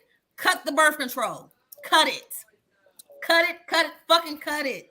And Corey, can you please? The point can is, you check your DM, please, sir? Tiff, the point is 8 or 9 out of 10 women want to have children. So that is why pharmaceutical companies market birth control to you guys. Right. The majority of you want them. Men are not in that same demographic. Jesus Christ. It is not that men don't want to have children. You keep hearing what you want to hear and not what I'm saying. No, I hear what you're saying. Men don't want kids. Okay, well then take some fucking birth control. I don't have kids. That's not what I said. I don't need to take birth control to not have kids. I just don't have sex. Or I just use the condom that I'm already using. 80% of the guys are already using the condom. I would just not have sex either, but I like having sex. I was about to say, even my prissy ass like the fuck. I like having sex. Like, what are we like? What? Oh my god! No, these are the words that are coming out of your mouth. No, man, y'all make sure y'all stock up on y'all motherfucking rubbers, man. You are, Tiff. You're choosing that. I am not, TJ. You just said, well, we just don't have sex if we don't want to have babies. Really? Because men that's going to get a vasectomy. He already got it. Men aren't thinking. I don't know why this isn't registering for you. Men aren't thinking about having babies in the same way you are. I ain't never thought about having no babies. Ari was a fucking accident. Okay, no, I was on the pill. I didn't take it correctly. Take it away from you. I'm not talking about you personally. I know, but you're making it as a majority statement. There are several women that don't want children also that have been pregnant. You love to speak for the minority, but that's not how society works. The majority of women want to have children. There's always a segment that doesn't. So the majority of men do not want to have children. Is you a woman? No, that's not what I said. That is not what I said. Do not put words in my mouth. I asked a question. I said so much. That was a question. That had a question mark at the end of it. No. What I said is when men have the resources that they need to have them, that's when they want to have children. But that clock starts 10 to 15 years after yours. No, I don't disagree that between like 27 and 42 is a very dangerous age as a woman. I think women are crazy in that. That's what I'm not. Listen, I don't disagree. The societal pressure to have the white picket fence. Mm-hmm. Sir, Yep. I feel like you've lived that life though. I wouldn't say that, but okay. Kind of, sort of, just a little bit. There was spaces where it may have been like y'all could have waited a little bit and things like that. I don't like how your octave is getting high on me right now, but go ahead. There were times where y'all could have waited that would have been better situated for both of you all, but the house, the car, the kids, like it was pull-out game is trash. I 100% agree. Like I get it, but you said your pull-out game trash. 100%. He got snipped. Right, but you got snipped because you didn't want to have no more babies. You can so on the same token, if you're a single man and you don't want to have no babies, what is the problem with taking birth control? Like I'm gonna take that shit. I didn't say there's a problem with it. I said it's not required for us because what he'll do is just not think about the kid. If he doesn't want to have a kid, he just won't put himself in a situation to have a kid. That's a lie, though. These niggas It's will not shoot a lie. up the club raw. Yes, they will, and have no intention of having no babies, but will still be there. And the pussy feels too good, and they let go. Like the guy. It happens. In a bubble. One at a time. Here we go. Oh, Trini, can I ask a question? Absolutely. Are you from this area? 100%. Okay. These be lies. His upbringing is the islands, though. He's from here, but Trini man is Trini. He's Trini. That's where my family's from. I'm born on Andrews. Knock it off. I'm gonna mute the mic. Well, you still have that upbringing, that cultural bias, though, like for sure. Nope, absolutely not. So okay. All right, baby. I'll let you have it. I don't know how we trickled over here, but I did it. I mean, excuse me. I don't know. I have never once said that men can't or shouldn't or wouldn't take birth control. What I'm saying is, under the circumstances and the way men are wired, no one is going to need to do it or think to do it because it's not at the front of our mind to have a child. When he's ready to have a child, then he'll just do it. When he's not ready to have a child, he won't even consider the birth control because he's doing other things. He focus on other things. He's not saying trying to shoot the club up. Because sex leads to babies. Babies too. I was about to say, not saying that he's not gonna be fucking. However, it's possible that he. But just like y'all say, a woman can get pregnant by having sex. Y'all can impregnate a woman by having sex. And that's what I was about to say. The thing is, we know he's gonna be focused on other shit. We know he's gonna be fucking. However, is he gonna be responsible? The average man, like Tiffany said, she think the average man probably not. He's gonna be going raw dog, slow dog. But that guy that you're talking about is by nature irresponsible. You're literally talking about the type of guy that would be irresponsible in a situation, which is not who you were talking about. You were talking about responsible people. What? But birth control ain't 100%. So what makes the person irresponsible? That's why. That's why men should take it too. That is the putting the onus on both people and not just on the woman. That's what makes it 50-50. Y'all take it too, even if y'all ain't worried about having no kids. I may be abstinent and still getting a shot in my ass. I may not have no new dick. I may not have nobody that I'm sleeping with regular. Guess what? I'm still get that shot in my ass in case I go out and meet somebody and be like, oh, he fine. Okay, I'm gonna turn up tonight. That don't mean I want a baby with the nigga. Like, that's what I'm saying in regards to you all not even thinking about taking birth control. Y'all have been conditioned to not. That's not. We've been conditioned to. Come on. No, like, that is you. That is you. That's you making a choice. Birth control has not always existed. That's you making a choice. That's you making a choice. That is you making a choice to decide. I understand that. That's you making a choice to do something different than what you were doing while you were functioning on birth control, like you just said. Or if I just see someone that night, not always. They don't even take their insulin shots, right? And all 3 of my miscarriages, I was on birth control, and I took them faithfully with my asthma medicine daily. Here's the other thing about that too. When you really look at, bro, what you saying is kind of weird, and the only reason it's weird is because women have indeed been conditioned to take birth control. You want to know how? Because the hormones in birth control are used to treat other things, bruh. they telling women that this shit gonna save their lives, but at the same token, don't make their lives very complicated. There's a bunch of windows that that this really go through. Mm-hmm. And they told me orthotricycline was gonna help with my acne. It did, but it also didn't. It made me gain 50 pounds and had hot flashes.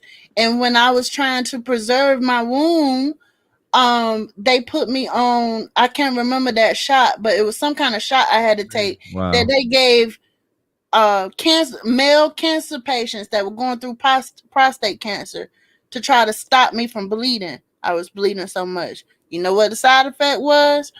My hair grew and I had hot flashes. It put me into early menopause. Early menopause. Damn. So they're hell. All the parties need to use the barriers of all parties and not in baby. I'm on the pill. To become parents potentially. Failure to communicate upfront is also a factor, but it's rare folks have a conversation about the potential outcomes of sex prior to having sex. Having said sex. Right. And that's what I was saying about that. You know what I'm saying? Set them boundaries off the break. You know, like talk. Motherfucker, you gotta talk, man. People gotta communicate. Listen, I know me. I done been in the space where I ain't gonna say on purpose, but it's like I knew what I was doing and said, okay, I will give me a plan B. Like I said, I want to take a plan B twice. Right. But it's like, yo, we here now. All right, I'm gonna go get one tomorrow. Like, it is, Youngie. It's like, yo, shit be shit. But men have a responsibility too at the end of the day. No doubt. At the end of the day, and to sit up here and be like, oh well, just because we don't, I said no, I don't. We're pregnant, so we don't have to. Like, that's kind of what it boils down to. And I know I'm simplifying that, TJ, and I know that's not 100% what you're saying. I know what? That's not what you're saying. You know what, Tip? That's like the simplification of it. I don't, as a man, necessarily want to have babies, so I shouldn't necessarily be responsible for the hormonal aspect of taking birth control. And that's kind of bullshit. You know what, Tip? You know, I told you that my ex-husband said he didn't want no more kids. He had 4, right? And you know how we're actively discussing that it's on both parties, right? Mm-hmm. Ask me, did he pull out anytime? Hell no. Before his vasectomy? No. Prior to his vasectomy. Did he think you couldn't have kids? Well, in his mind, I was on birth control. All 3 of my miscarriages, I was on birth control. Did he pull out? You were pregnant. That means you were pregnant 3 times. Right. Did he pull out? Hell no. And he already knew he was a strong shooter because he got 4 kids. 4 kids. That's what I'm saying, man. Even if it's a person, you know what I'm saying, a man in a situation where he ain't got no kids at all, like just be responsible, man. Again, Nairobi asked if the men on the panel agree with Trini. I said no. That's I didn't not hear my answer. I said what you just said. I'm sorry. No. I don't know about what you say, Chatty? Everyone else. What you say, Chatty? Did you agree with Trini? In some aspects, but not all the way. Okay.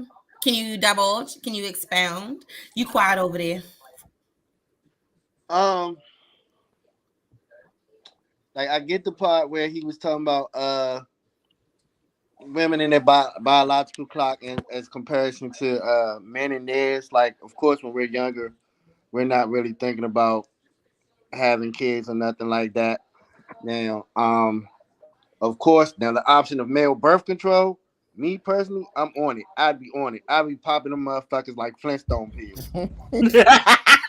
That nigga gonna have titties by the end of it. He gonna have some titties by the end. Hey, Tim, his hips gonna be big as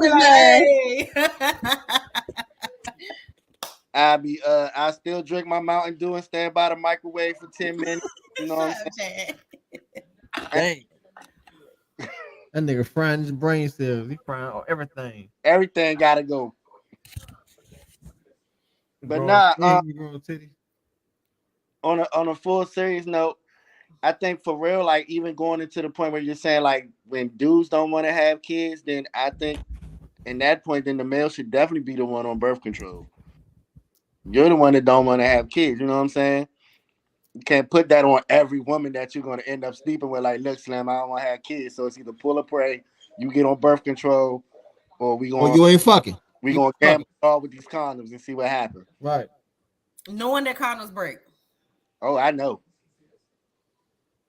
I don't want to say hey Aiden, but I mean I don't know. Like Right. I don't know. Look, he know because of that and Fireball. Oh, there was no condom used that night. Okay. Because of the Fireball. They already like duh. Fireball was the perfect. Field. Again, man. Look, man. Yeah, I'm better stop playing. But like this whole conversation matters. So I yeah. like, that's why I want to hear the different opinions. As I say, TJ, I'm not snapping, I'm not yelling, I'm not biting. I ain't say you wasn't gonna get no pushback. I ain't say that. But I'm still here for the conversation. I want to hear what you got to say. That one little point doesn't correlate to me at all. What point doesn't correlate? Like you, the men not wanting children because of a certain biological age and just choosing not to have sex. Like, I don't believe that for a second. So, men have sex, women have sex, humans have sex. Yeah, I can tell. Children be damned. Yes, darling, I can tell when the condom break. Yes, sir. 100%. What I'm saying is, just like in the example I gave, the guy who is trying to get his life together, who wants let's say from the time he's 14, he says, you know what, I want to be a father and I want to have a family. That guy's mission is not to just have sex. He will do it, but his mission is superseded by him chasing his career or his life or establishing himself as a man of value for somebody.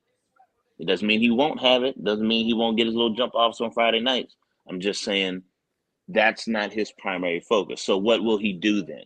What he'll do is he'll wait and try to make the scenario fit his narrative, meaning he will have sex, he'll use condoms, or sometimes he might actually turn it down just because it's standing in the way of where he's trying to go. He knows that if I get with this girl, or this one's to jump off, or this one just wants to do the weekend thing, this one's just Friday night, this was just a bop in the car. I don't want to do that. And there's some guys that, not some guys, but the guys that adhere to that. I know some men that adhere to that. I do. And so what I'm saying is that kind of guy, I'm talking about the quality guy that women swear they want to have. I'm talking about that guy. That guy is going to put himself in a certain category or certain box. Possibly. That's why I said earlier. Possibly. I agree with that. I've dated a man. If he's responsible. I know I've dated a man like that. So I get that. I don't disagree. Like, I get it. I get that. But yeah, I know women like that. That's not, I'm sorry. I don't think that's the average man. And I think that is maybe more so what you're saying. And when you say we need to almost realign ourselves. And like I said in the comments, that's like exactly if that's the case, but if that's the case, that's almost a whole generation of people that don't need to have babies to fully realign. Well, you I don't said think it, that's not realistic. me. Well, you said it, not me. What I'm saying. But that is what the option is. That guy that you believe is rare is not. He's not rare. He's normal and he's average. What he's not is he is generally not in the 6-figure bracket somewhere. He's the Comcast installer. Yeah, he's the Comcast installer. I don't think he's necessarily rare or anything. I just don't think. It's just not every man. It's just like not every woman chooses to be celibate. Not every woman chooses to be abstinent. There is a space for it. What I'm saying is that guy is on his grind. He's Ray, because Ray is Jamaican as shit. Ray got like 5 different jobs. You see what I'm saying? That's who. Yeah, I mean, like, what woman is doing that? I mean, what a woman that does that? I don't. The only reason why I can kind of see what you're saying, but at the same token, though, that's not a crystal clear thing, you know? Because I look at it like this, like, bro, I literally have 4 jobs, bro, 4. You know what I'm saying? Like, yeah, man. And you also choose not to have children right now. And I'm actively choosing not to have children, and also, don't get me wrong, it be some times where I be hyper focused, but I'm definitely not out here going. Well, now I'll say this much: I definitely am out here going like, nah, I don't want to have sex with you. But I'm definitely not going, I don't want to have sex. You clapping some cheeks.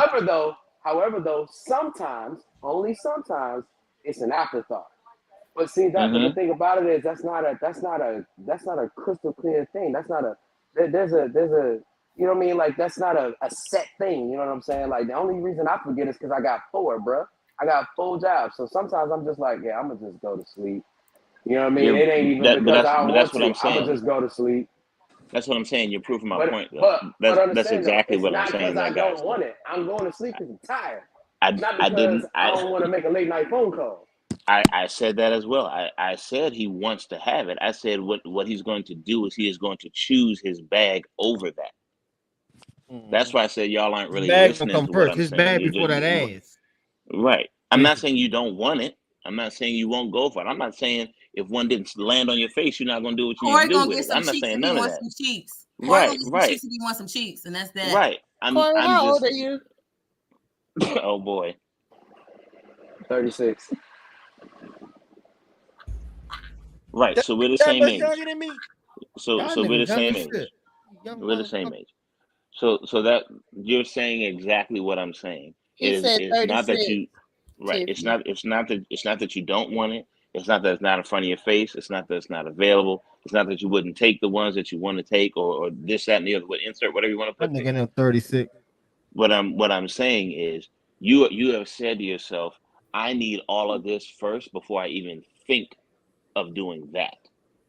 And I'm saying you, just like I said, Ray, those are the quality guys that are like, look, I got to have this first because I know if I bring this kid here, I got to take care of it. He's not walking out on the kid. He's trying to make sure the kid can stay with him or with him and his child's mother or wife, whichever way you're going, and make sure that kid has some quality life. You're literally saying the same thing I'm saying. Choose wisely. Everybody selected. So adjust your criteria and your priorities accordingly. Knowing the risk of having sex, it's a roll of the dice every time, no doubt. And that's what Tiffany was saying. At the end of the day, it's still a motherfucking gamble. It's still a gamble. It depends. It goes back to what I was saying. Your responsibility level. I look at it like this. I've just been, in situations where they are beneficial for me. You know what I'm saying? I'm not saying that I don't think that risk can happen. It's just all about who you're talking to too. So it's just, you know what I mean? It's not a finite thing. And that's why I think that what Tiffany's trying to say, it's not a finite thing because there's a bunch of dudes who don't think like us, bro. It's just so many who don't think like us. And it's wild, weird, like, like 2 of my jobs, I work with the public, bro. And I have a lot of conversations with people. And you'll be surprised at the dumb shit people really think. When you start to really have conversations with folks, bro, of all walks of life, and I'm talking about the nightlife at that. When people get a little loose and they really start to talk about themselves and what's going on, when you really start to get to the nitty gritty of it, you like, I don't even understand how you are alive. Nigga. Yeah. So yeah, I mean, for some people, they just maneuvering through life. They just maneuvering through life, doing whatever they want to do. You know what I mean? Like is that last comment, Ray? Was that one aimed at me in terms of what I said? Because that's not what I said. Not exactly.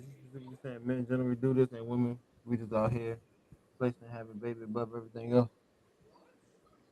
Hold up. Yeah.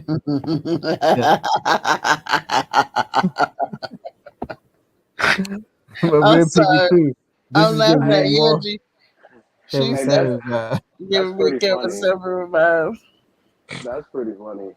I mean, I think that innately women are. Now, I won't even say that. I'm gonna say this much: the pressure on women to have babies is quite different than it is on men, unless you happen to be either from a foreign place or the South, where everybody pressures you to have babies. So it's like it's a weird kind of thing when you really it's just not finite, bro. It just is what it is. Your community have a lot to do with some of the things that you do, whether you realize it or not. And by your community, I mean directly the people who are around you. You know what I'm saying? The people that you grew up with, the people that you see doing things, they have a direct effect on you whether you realize it or not. So that's why I'm saying it's not a finite thing, bro, because I got niggas in my family who ain't shit and ain't never gonna be shit, and it just is what it is. Same. 100%. And I actually got all the good black men in my family, like for the most part, right? Anyway. I said in my family. Little Tommy, whatever. Yo. My parents still married. Listen. Our clock's precedent in our movements. I never heard no damn clock, and if now I my baby did, daddy is something I will different. hit the snooze button. Like, whatever. Yeah. Well, yeah, I had an awesome daddy. Oh man, yeah. No, I mean, I ain't gonna say here, but I that's why I always say I can't never fault black men. Like, I have great black male men role models. They support my daughter. That don't mean we ain't never had our issues though. Right. Yeah. Like, my parents still married. You know, most of my aunts and uncles are still married. My grandparents were still married until their deaths. Like, I come from that. Because I don't ever want to get married. I told you I had an awesome daddy, but like she said, it ain't like that he wasn't flawed. Like my daddy had an issue. He was mad at me when I cut my hair because the Bible said he said I cut off my glory. It's hair. It'll grow back. It'll grow back. But he treated me like a little princess. He spoiled me, and that's probably what's wrong with me today. But you know, we bumped heads. We absolutely did. He didn't like for me to wear jogging pants, and he really didn't like me to wear pants, period. You know what I'm saying? And not even because of your booty either, because you were a lady. Because you were a lady. Yeah, just because you're a female. So you just should because be you're in a southern female, you're not supposed to wear pants or whatever. Right. Yeah. So, but he was an awesome daddy. So I don't take that away from him. But did we have our issues? Yeah, because y'all know me. Y'all know I'm stubborn as hell. If you tell me the sky blue, I'm gonna be like, what color blue? Is it indigo? That's me. Is it Carolina blue? That's me. I'll say Tiffany this much. blue. We are in a weird place as black people. We're in a space where we're expected to perform better than others, so some of our ideologies don't necessarily line up with being human, right?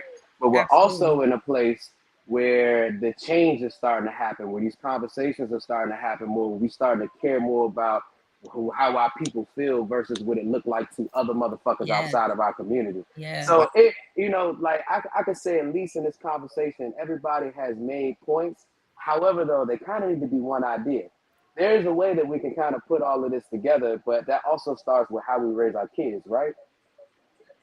Right? Yeah. Education. Yeah, because they're the next generation. Absolutely. Education and opportunity is how we win the race at the end of the day, right? And I don't mean being better. I mean being educated. There's a difference, right? There's a lot of kids out here who are moving with zero education, so they're doing a lot of dumb shit. But also the great thing about our youth is they uncaged lions, bro. They don't got nothing to lose, and if we put the battery in their back, they will fucking do it. So it's just more of us having more, better conversations like this.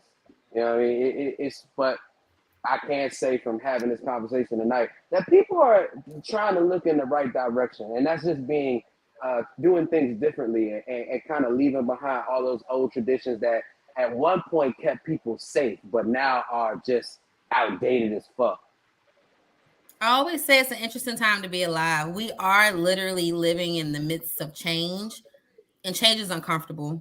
I mean, think about we had the first black president. We had the first I'm gonna know, like the 45th racist president. I mean, like, haven't quite had a woman yet, but like, it's gays can get married. Like, we are in the midst of change, and we're a transitional generation. And hopefully it will only go up from here, but it's gonna be a bumpy ride for a little while. Global warming, like that's something that we are 100% getting into right now. Hey, listen, Al Gore terrified tried to tell about, y'all. but Al Gore almost tried to tell y'all almost 20 years ago, bruh. Don't do it. We gonna die. The environment is dying. He told us. They made him a laughing stock for it. Now they're starting to prove like, oh, his research is on I mean, something. and just think back to Palin. I can see Russia from my backyard. Like, you know what I'm saying? That was just Palin saying global warming is not real. And that was 8 years ago, 10 years ago at most. And here we are now. So you know what's really funny? Because all the ice is melting, she probably can't see Russia from her backyard. Right. She probably really can't now, right? Exactly. It's so yes, these conversations are good. They're beneficial. TJ, I ain't yell at your ass. I just talk to you like I always talk to you. I didn't say talk nothing. to you like I always talk to you. I didn't bite. We made it happen. It worked. Mm-hmm. Your but mama. no, I do believe though. I do believe that all points, like Corey said, all points are valid, and it is worth the conversation. You know, we're the parents at this age. It's not like we're the ones that are Greta Thunberg, or however she says her name. We the drunk aunties and uncles. We the parents, the aunties, the uncles. We the old folks now. Yeah, and it is kind of up to our children to usher in. But we, now that we're cognizant enough, we can try to impart the things that we have at least learned, and we know where we fucked up. We know where our parents fucked up. That's always the goal, to help them be better, and they low-key are better already. They are. Absolutely. I think they're better because they have access to more information faster than we did. Yeah, absolutely. But they have us too. We still matter in that. All we had was big ass Britannica encyclopedias. I was just about to say that. We had Britannica encyclopedias in our old ass. Because half of us had library cards. Half of us had library cards, and they just need Google. I'm gonna tell you something funny, bro. I always had a computer in my house. I was the only kid in my neighborhood who had the internet, bro. I have always had access to this. I have the way that I learn is a whole lot different, and I'm gonna look at 30 pages of Google before I even give you a finite answer on certain things. And also, Trini, you the same age as me, so you know what it really is. You know what I mean? Like, nah, I had access to a computer. I had a computer in my house, which is crazy, right? I remember when DSL first came out, I knew everything before everybody, and they had to watch the news to get it. Right. So I function the same way. Before I make a statement, look, you see this happen a lot in the groups, right? So I don't know if you're in them, but I make a statement after mulling it over, doing some research, and giving it real thought. I don't just make a statement for the hell of making a statement. I ain't right all the time. I ain't wrong all the time, but I at least gave it some thought. You're not the only one that does that, sir. I do as well. It's just sometimes opinions differ. Yeah. Mm-hmm. Even with all the research and knowledge that everyone does, opinions still differ. Yeah. And that's what makes these conversations great. Because you get different perspectives. Because people have different perspectives. And we all still put our empirical experiences on it in conjunction with what we've researched. Our own life experiences still have a role to play in how we think and how we process information at the end of the day. So. Yeah, because as different as we are, like, you know, sometimes just being raised in a different region, you miss out on stuff. So they, you know, I consider y'all friends now. So y'all have, you know, helped me through some things.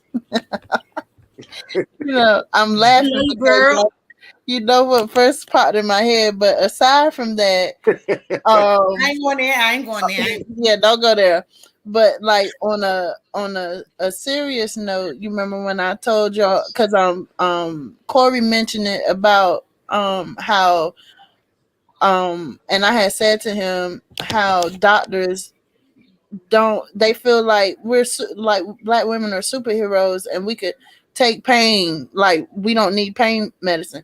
How can you determine my tolerance of pain?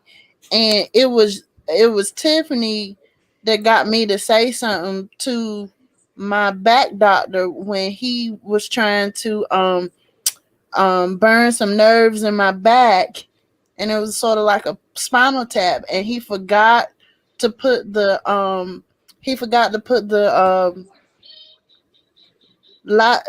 Novocaine in first.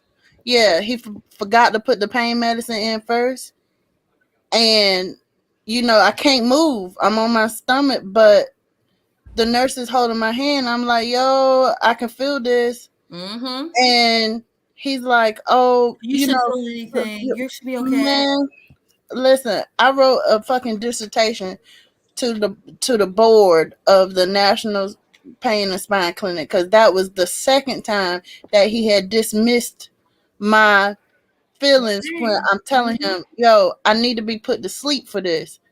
I know my pain tolerance is high, but this ain't it, bro. I can't, So it was y'all that got me to say something because, normally I'm like, well, no, I ain't gonna say nothing. Listen, my best friend has been experiencing chronic pain since at least 2016, 2017. And I will say, in my opinion, because of poor health care that she had, insurance and whatnot, they diagnosed her with being a weed addict, weed overdose, that she was abusing weed overdose pills. What? Yeah. Well, weed dealt with pain. So you can look it up. I've looked it up. There are studies that say for some people it can end up ultimately causing chronic issues. It can at a point. So you saying everybody is Keke Palmer? Listen, they diagnosed her with all of these things. They would no longer give her pain meds. They diagnosed her as an addict after giving her opioids, giving her dilaudin. Dilaudin. Like they gave her that, and that's high level strength meds.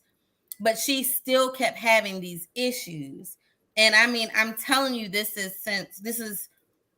she lost 100 pounds in months' time, and they still basically labeled her an addict.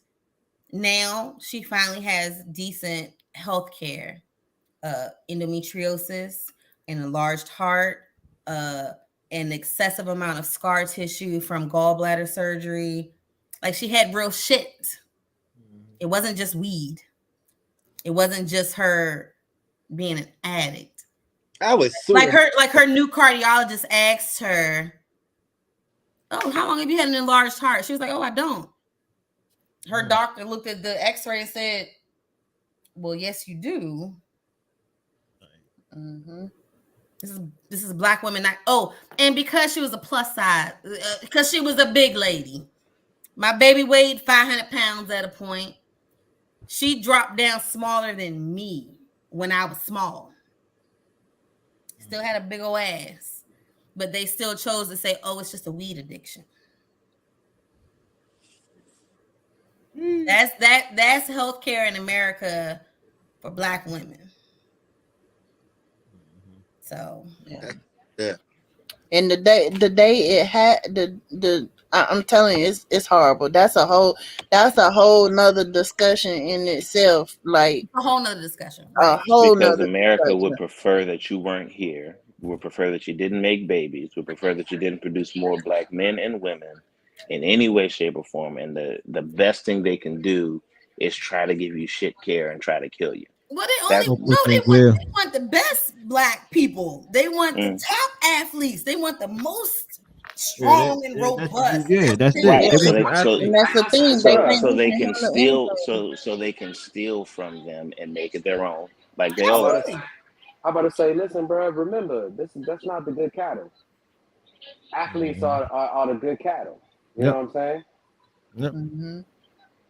Athletes and entertainers are good cattle. That's why. Right. But the reason why I say that is because once you put chocolate and milk, that's it. You know what I mean? It ain't no more white milk. So white milk. the more that there's interracial children being born and created, the more the white race gets diluted. Mm-hmm. No matter how you slice up, I don't care if it's brown or black. Doesn't matter what you put in the Asian, whatever. Put whatever you want to put in there. It ain't Put that white. black Ain't in the them. Aryan race Guess anymore. what? Guess Absolutely, what, not the Tony? Aryan race. Guess what? The Constitution made it so.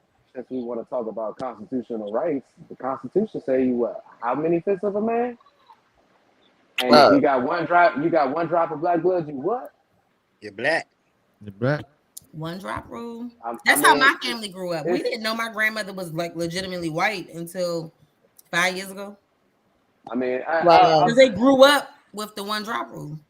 They black as far as all of them concerned. But I looked at her and thought she was straight up white. But I mean, you know, like, it's one of those things where. but that goes to speak to the nature of it, of the one drop rule and how people are treated. And even if you are past, it's like past don't exist no more half the time. Like, it's wild. Mm-hmm. Well, It's every piece is just one piece of the puzzle to wipe out one, bolster the other. Insert whatever argument you want to put in there. Roe v. Wade, shit, healthcare, cops killing everybody. Call it what you want. Those are just all different tools to achieve the same goal. But which is true. But at the end of the day, though, being that I guess it's a question. Being that they're the majority, they're the power, they have the systems. Mm-hmm. I feel like we should use their systems to uplift ourselves. Do you feel like that? In what way? Use the system how?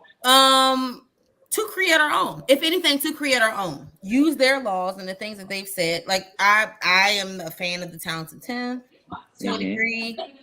Like if you can uplift your people and using their systems and whatnot, use it and then platform to make your own. I'm not necessarily saying go the David Banner route and become a successionist society necessarily. So you're saying in different words what I was already saying. Okay. I'll take that. Yeah. I mean, I was already saying and suggesting that we police and govern ourselves. We can't do anything about the laws because we don't have the power to change them currently. Right. So we never have. We've never had that leverage. So since we don't have that leverage, we will have to function within the system that exists, which means we can't do shit about Roe v. Wade either. But since we have to function within that system, we have to figure out the best way for us as a people to navigate that, which is why I was talking about the choices and everything else. We have to figure out how to navigate that because we're functioning within the system, the law that's there. We don't have the ability to change that law. We just have the ability to change how we move within the laws or around the laws that exist. We can assist by voting. If we assist, then we're not really helping ourselves. We're helping their agenda. No, I'm talking about if we vote. I'm talking about these local primaries and stuff because that's what really matters. We vote though. I know we do. The fact is, neither Democrats or Republicans give about Black people as a whole. It ain't about a political party of any kind. Everyone promises us trinkets and doesn't deliver shit. We've already been functioning like this though. The issue with it is how every time that we begin to function like this, it's always taken down from the inside, right? But being a black person, Rosewood, Tulsa, Black Panthers, I get it. Being a black person in general, though, we've already been moving like this. You've been moving like this since the day you was born, if you were born in this country. You know what I'm saying? You've been operating exactly like that. But think about how we work the government when it's necessary, because we know at the end of the day that government assistance is not for us. You know, when we start floating in the realm of things like affirmative action, right? Number one beneficiary of all affirmative action is white women. I understand that, but we are also in this tussle between each other, back and forth, man and woman, about who should be doing what and who does what, who's supposed to be doing this or supposed to be doing that. That sibling rivalry that we're having amongst ourselves isn't pushing us forward either. That's the biggest argument that we're having these days.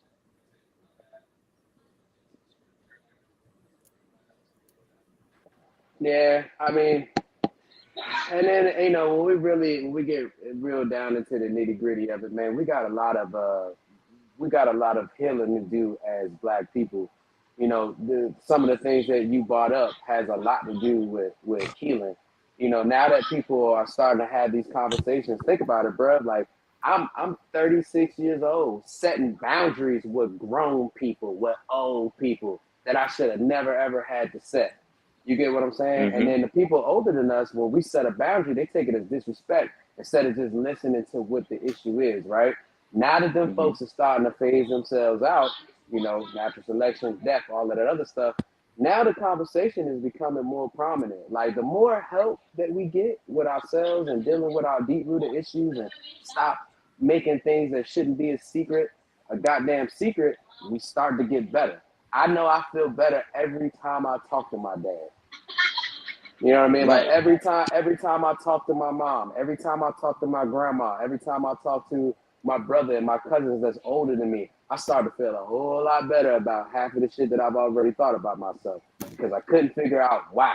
And I don't honestly don't feel like I should have to get it from 8 people. But again, the more that we start to talk, the more that we start to have these conversations, it's not going to be just us versus us anymore.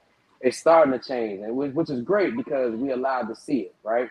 It ain't gonna get finished in our lifetime, but we're allowed to see the beginning of the change. These conversations are super duper important, and I think once we get out of the mindset of man versus woman, and then realizing that we legit gotta be like I'm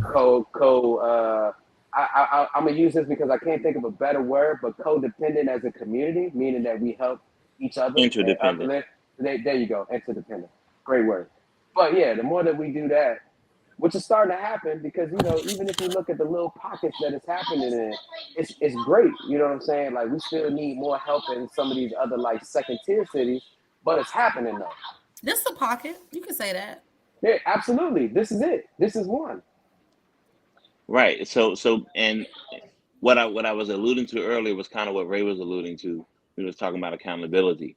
That piece we have to be willing to hear when it's when our feet are on the coals as men. We got to be able to hear that, and when women's feet are on the coals, they got to be willing to hear that too. That seems to be the biggest struggle that we have. No one wants to hear where they're wrong and how they're misstepping or could make a change for the better. It's hard for someone to hear that they're doing something wrong when they've been doing it, whatever that is, for whatever period of time they've been doing it. Well, I think it's a lack of understanding at times because I think men and women speak from their own perspectives.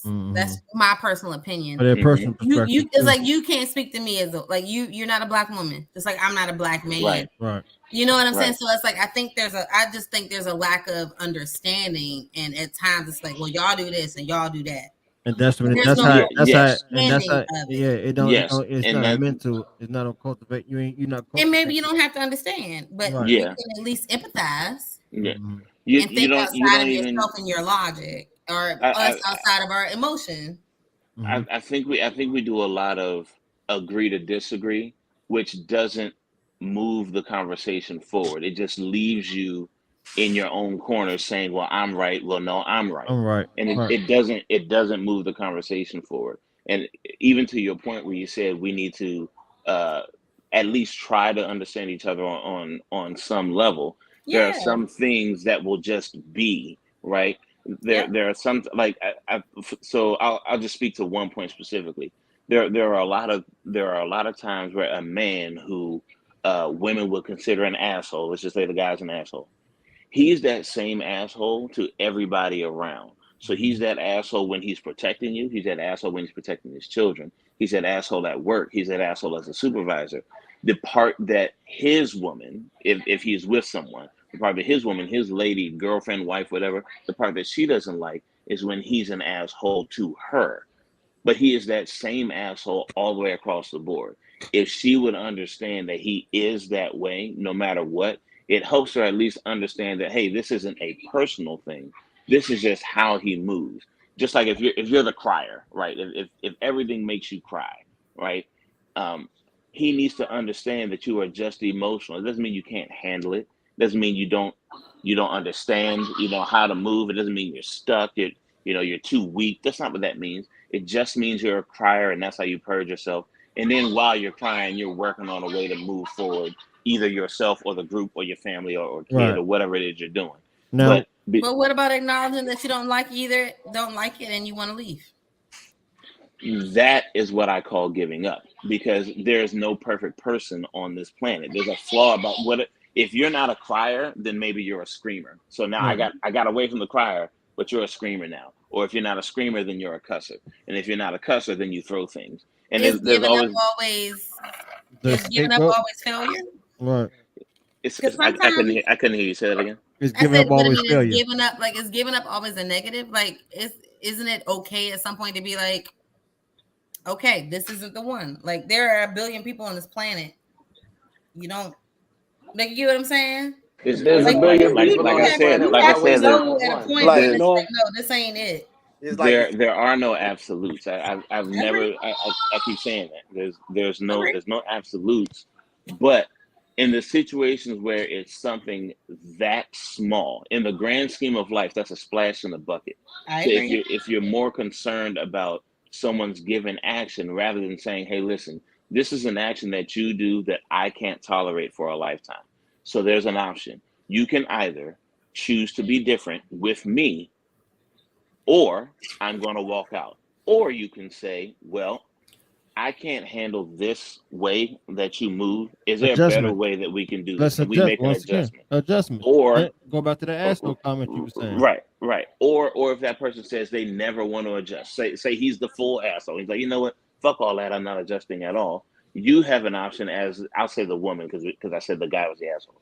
You have the option as the woman to say, you know what? I understand he's an asshole, and I will understand that it's not necessarily aimed at me. Right. So I will just move accordingly. I'll let it go in one ear and out the other. We have lost the ability to do that.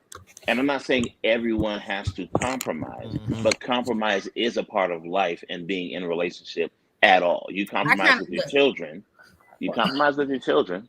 I kind of want you to ask your personal question offline. Like, well, I really got a question. Like, after 17 years, I chose to walk away. I don't call it giving up. I chose to finally, I chose to finally choose myself, and I did it for my own mental health. Right. Because if I had chosen to stay, I've been sitting somewhere in the rocking chair drooling. Okay. Like I could, and I tried. And I think that's another thing, man. Like, often we always see where people, you know what I'm saying, think people giving up or quitting. No, like you just said, Candace, it comes time where you just tired. You know what I'm saying? That mental clock is just ran its course. It ain't you giving up. You try. Especially there's a difference when the person's actually trying to work with you. Let me finish. Right. You exactly. So if this man on the other side of the fence ain't trying to work with her, then what else does she got to do?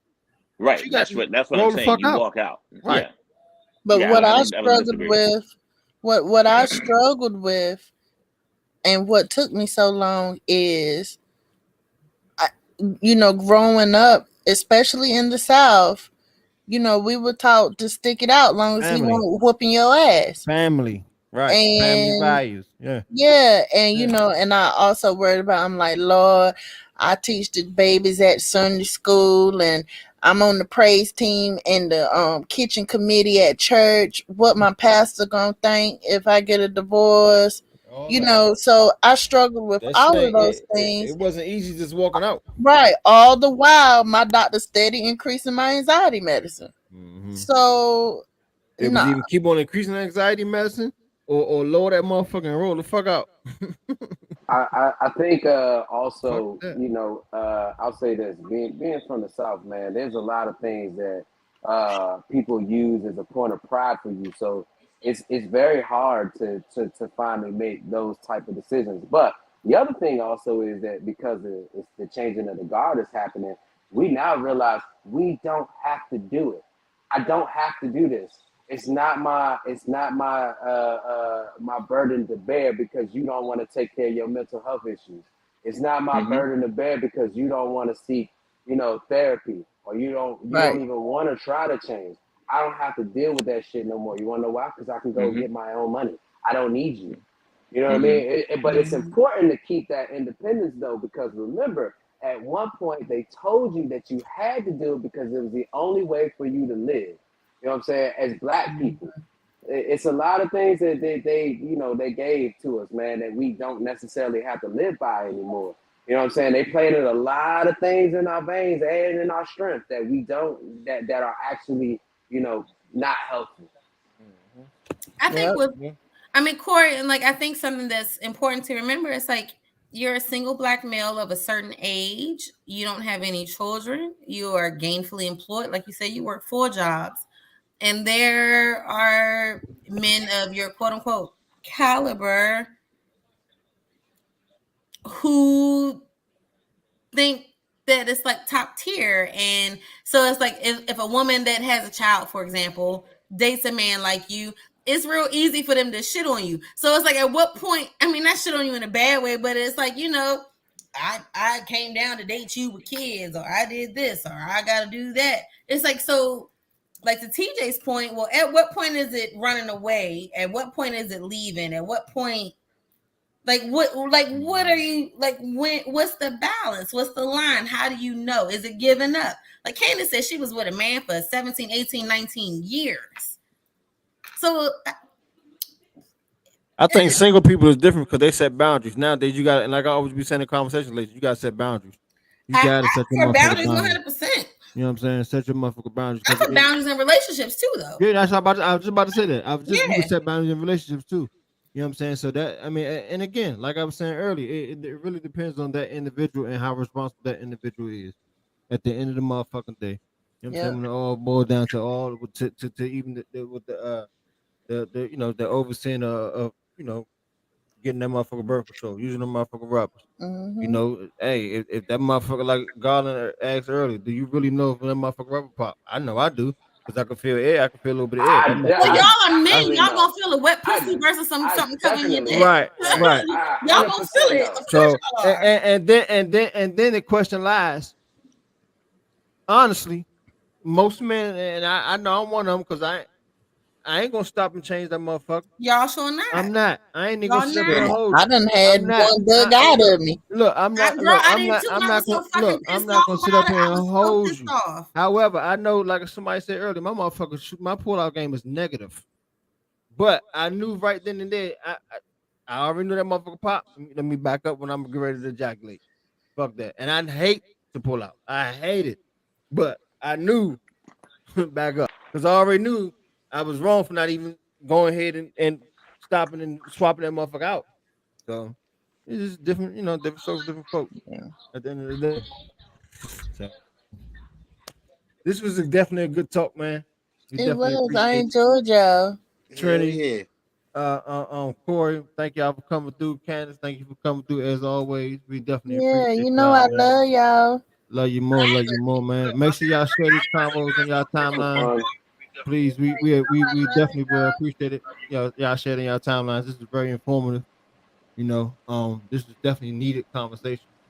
Feel free to come back when y'all get a chance if y'all want. I know y'all more than welcome to. Chad, it's on you, homie. Oh, y'all got any announcements, anything y'all want to let people know, or let us know going forward, even now? Y'all got any entrepreneurs who want to come on and get interviewed? Y'all know how to reach out to us. But I'm in these streets though. Who in the streets? I'm in these streets though. I'm in these streets though. So, and again, we definitely appreciate the company, man. We definitely appreciate the company and the good talk. Yes, thank y'all for sticking around. I'm in the cyber skies. Don't pay me no. I ain't in the streets. I'm in the cyber. You in the sheets somewhere. You in the sheets. Tell Mikey I said hey. All our usuals, man. Our regulars. Shouts out to all our regulars, man, who come back every week. The fuck with us. We appreciate y'all, man. We definitely appreciate y'all for coming in. And week out. I was gonna say when I repost this tomorrow, I'm definitely gonna say scroll through for the first hour and a half and get Right. to the first half is not Get the Roe versus Wade. Family. Don't like just go to the smart and then the real combo. Because we was Actually, getting in earlier. It was a little spicy earlier, but It was very spicy. But the combo per usual, it always segue into our topic of discussion. Yeah, and it still did segue into our topic of discussion. You know what I'm yeah. saying? So, And Corey, you got to come back to another time so we can recap on the story that you want to hear that they helped me with. Shouts out to all the cancers too. Shouts out to all the cancers. Kansas season, I think it is here, right? So early birthday to all the cancer folk out there. You know what I'm saying? Sharice, We're the only ones that matter. We're the only ones that matter. I just want to point that out. Goodbye. Never mind. I ain't gonna be I'm a Capricorn. Don't nobody like me, so it is. I'm sorry to hear that. I'm sorry to hear that. Y'all just bossy. You know. Y'all funny, man. Yeah, Capricorn. Y'all cool. Y'all just bossy as shit. It depends. I'm not bossy. Sometimes motherfucker need some straightening. That's all I'm saying. Just a little bit straightening. Hey, Chad, when that album drop, bro? Just a little bit straightening. Just a little bit straightening. Just a little bit straightening. Signs. Caps, Cancer, Gemini, my face. Hey, y'all know what? Hold on. We got 10 more minutes. Hold on, real quick, y'all. Who look at P Valley? Who said? Oh, I had it on. I do. Hold on. I missed the last episode. Hold on. So Chad's not giving us a preview of his new album that's going plastic. That's not what we're doing. I thought we were doing that. We're not doing that. Okay. No. Styrofoam. Who's a P Valley watcher? Because we had a little controversy conversations on the internet that was surfing about. Only saw week one. I haven't seen the rest. So I'm gonna bow out because this last Sunday episode. What'd you say, Chad? I don't watch it. You know me. I only watch Forensic Files and Law and Order, Criminal Intent. See, that's the How to Get Away with Murder. See. Well, I might watch it on the way back tomorrow. I'll probably watch it on the way back. What?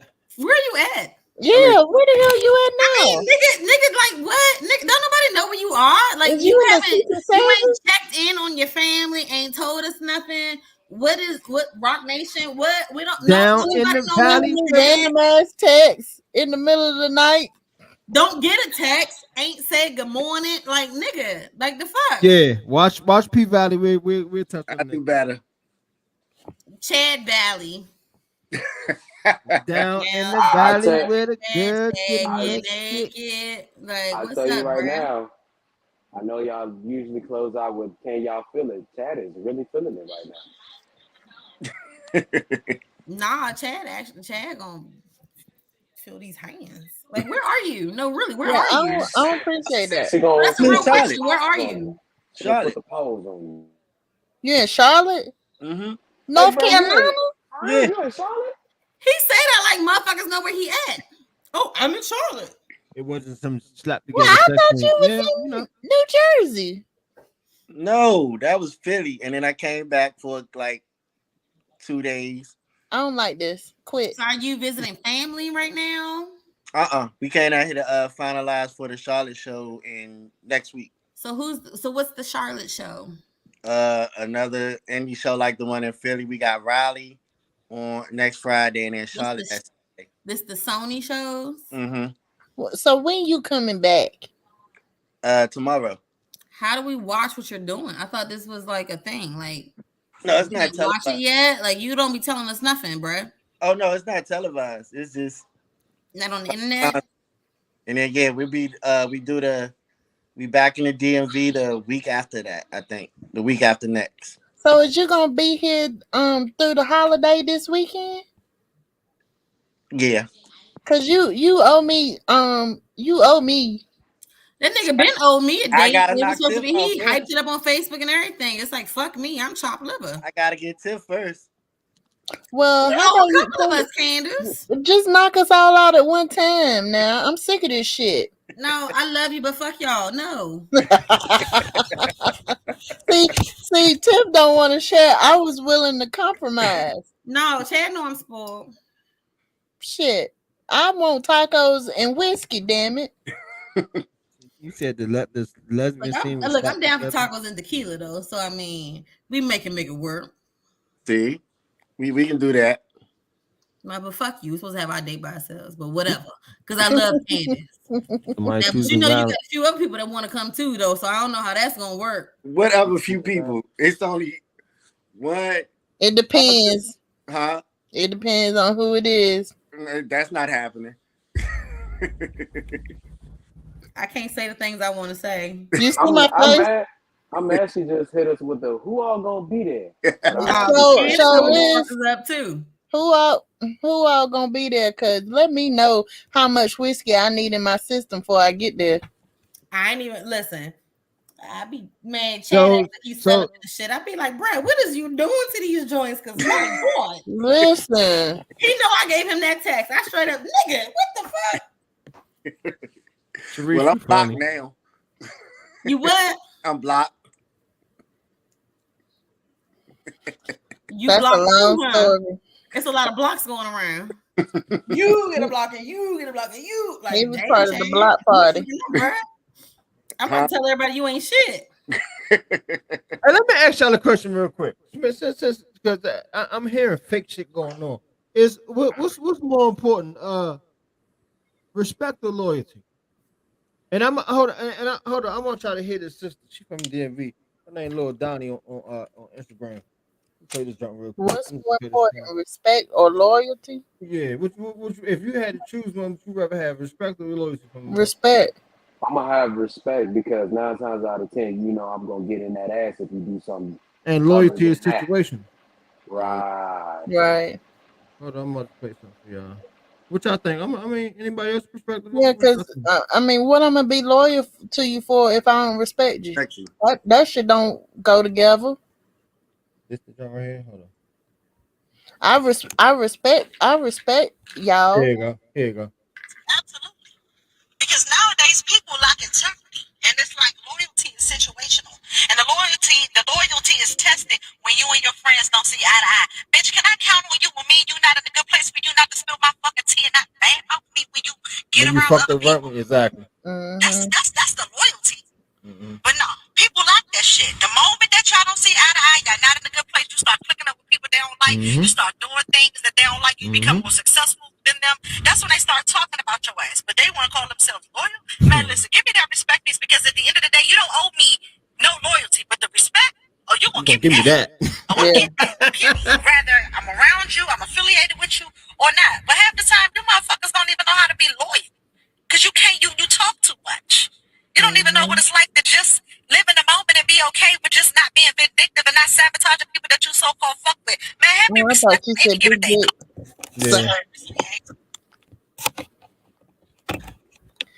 Yeah. Yeah.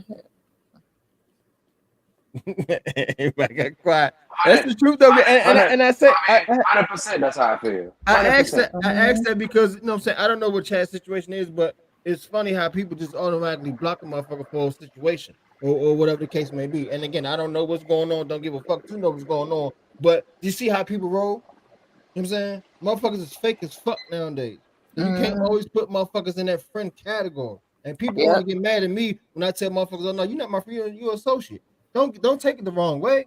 I'm being upfront with you. You my associate. I fuck with you. I mean, that's a part of being a grown-up, bro. Like, you know what I'm saying? Like, when you really think about it, man, friendship ain't necessarily always earned through trauma.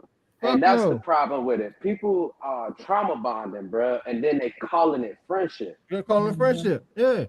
You know what I'm saying? Like, and we don't always have to go through something dramatic for us to be friends. We can just have a good time one night and realize this my homie. This my nigga right here. Or you realize it's somebody you don't want to be associated with. Right. But that's the biggest thing, though. And Sharice, it ain't even Facebook. It's just people. People fucked up with friends is. That conversation, what she was talking about and how angry she got towards the end, that got everything to do with trauma bonding, bro. And we don't even realize we do it sometimes. You know what I'm saying? Like, we get to talking to each other because we're trying to share experiences, right? But then in sharing that, sometimes people confuse the fact that they're trying to help you be better than them, that they trying to be a friend. There's a difference, dog. Messages come in different forms and shapes every day. You might get a message and you know, just a headline. But the whole point of it is just because God picked somebody to speak through or whatever the fuck you believe in, don't necessarily mean they're your friend. Right. Listen to this, y'all, real quick, y'all. Then we're gonna roll. Man, people still want to play victim because he left us for a bitch that don't look as good as us. Then we called a new bitch a downgrade. Have you seen Mike's new bitch? That bitch whack as shit, but that bitch made Mike feel hope. She checked on his mental health. She wasn't provoking him. She knew how to properly communicate with him. Does that make you feel bad that he left you for an ugly bitch? Bitch, that should make you feel some type of way. Then a lot of bitches got the nerve to hand a nigga back. You hand a nigga back to the streets. You don't want him. You give him back to the streets.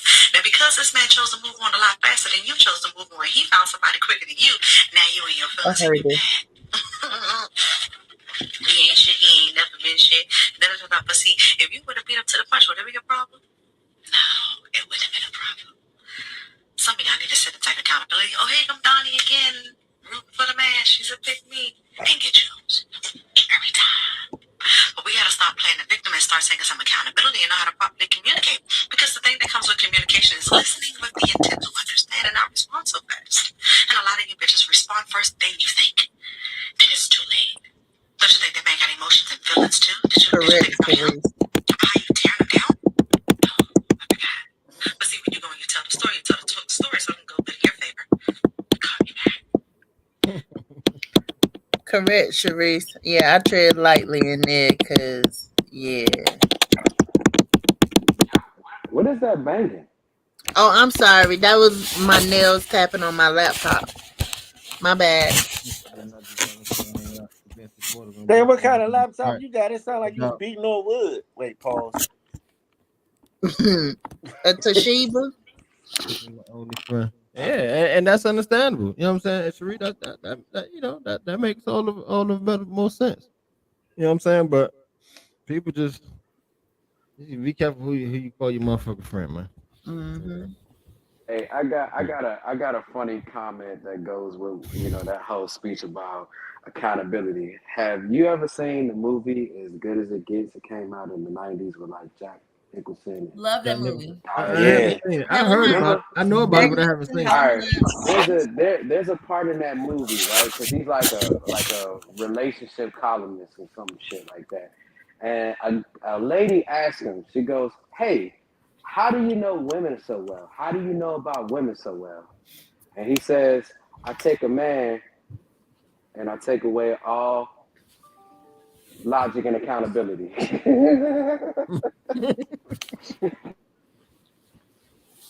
Oh, you find that funny, huh? Hey, bro, I don't care. That joint was funny as hell. Doesn't mean I know it's true. it is. Nah, but it's funny as hell. It was actually pretty.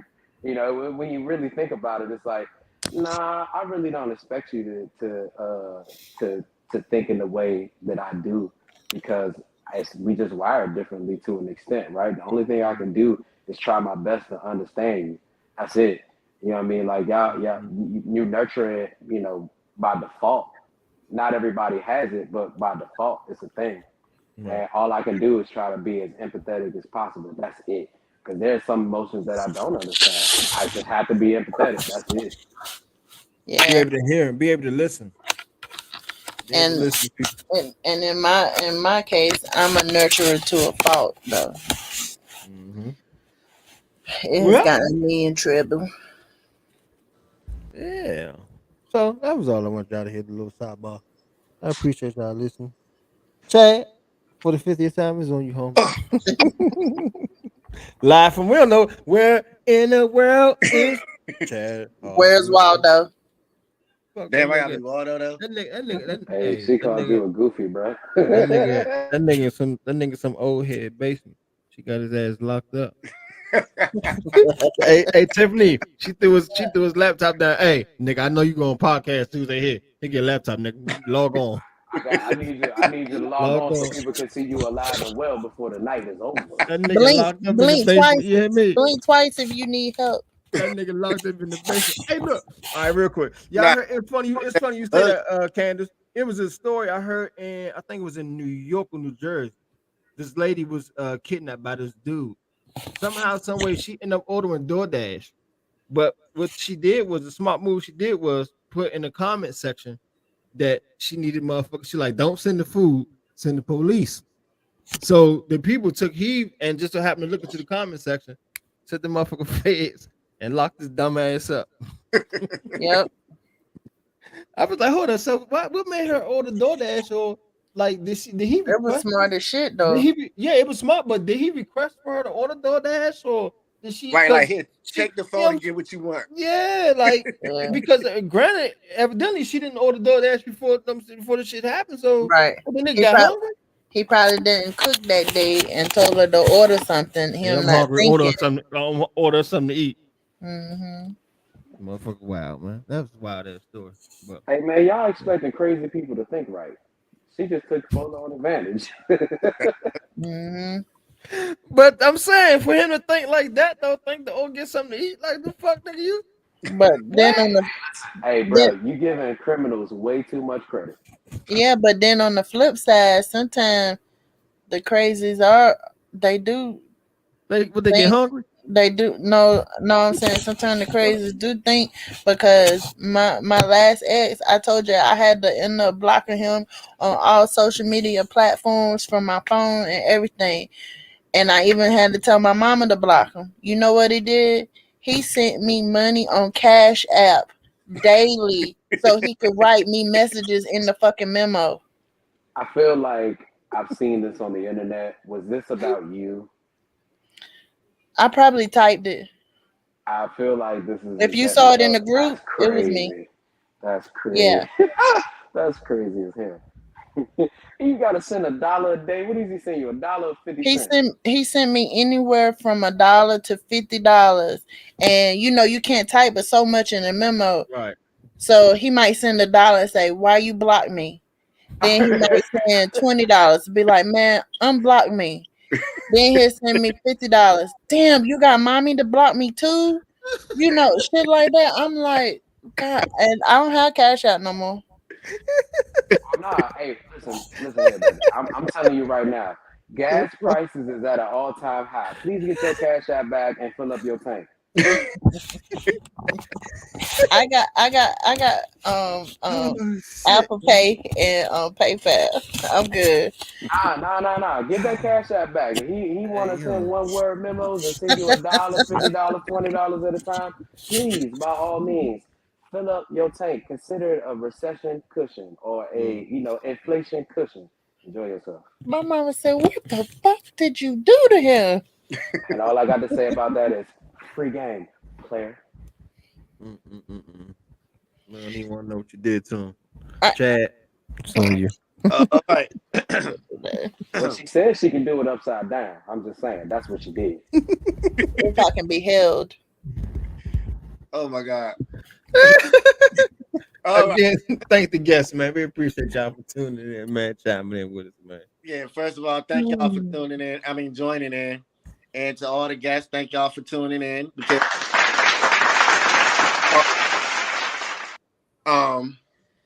so with that being said, ladies and gentlemen, boys and girls, children of all ages. Hold up, chat. I'm sorry. We got a dance that we do when I play this music. Y'all gotta put your hands up, even though we can't see the two ugly motherfuckers on video out. Y'all gotta put your hands up. Boom, boom, boom, boom, boom, boom. All right, go ahead, chat. All right. Ladies and gentlemen, boys and girls, children of all ages. Of course, you could have been anywhere else in the world, but you decided to be right here with us each and every Tuesday at the check-in. So on behalf of Ray and the Walking Thirst Trap, Just Tiff Nicole, and our guests, we would like to say have a great rest of your evening, and we will see y'all next week right here on the check-in. So make sure you tell a friend to tell a friend, and of course, we don't want to leave, but we gotta go right now. Can you feel it? Can you feel it? Can you feel it? All right, Corey, I see you a little bit. Ew. I did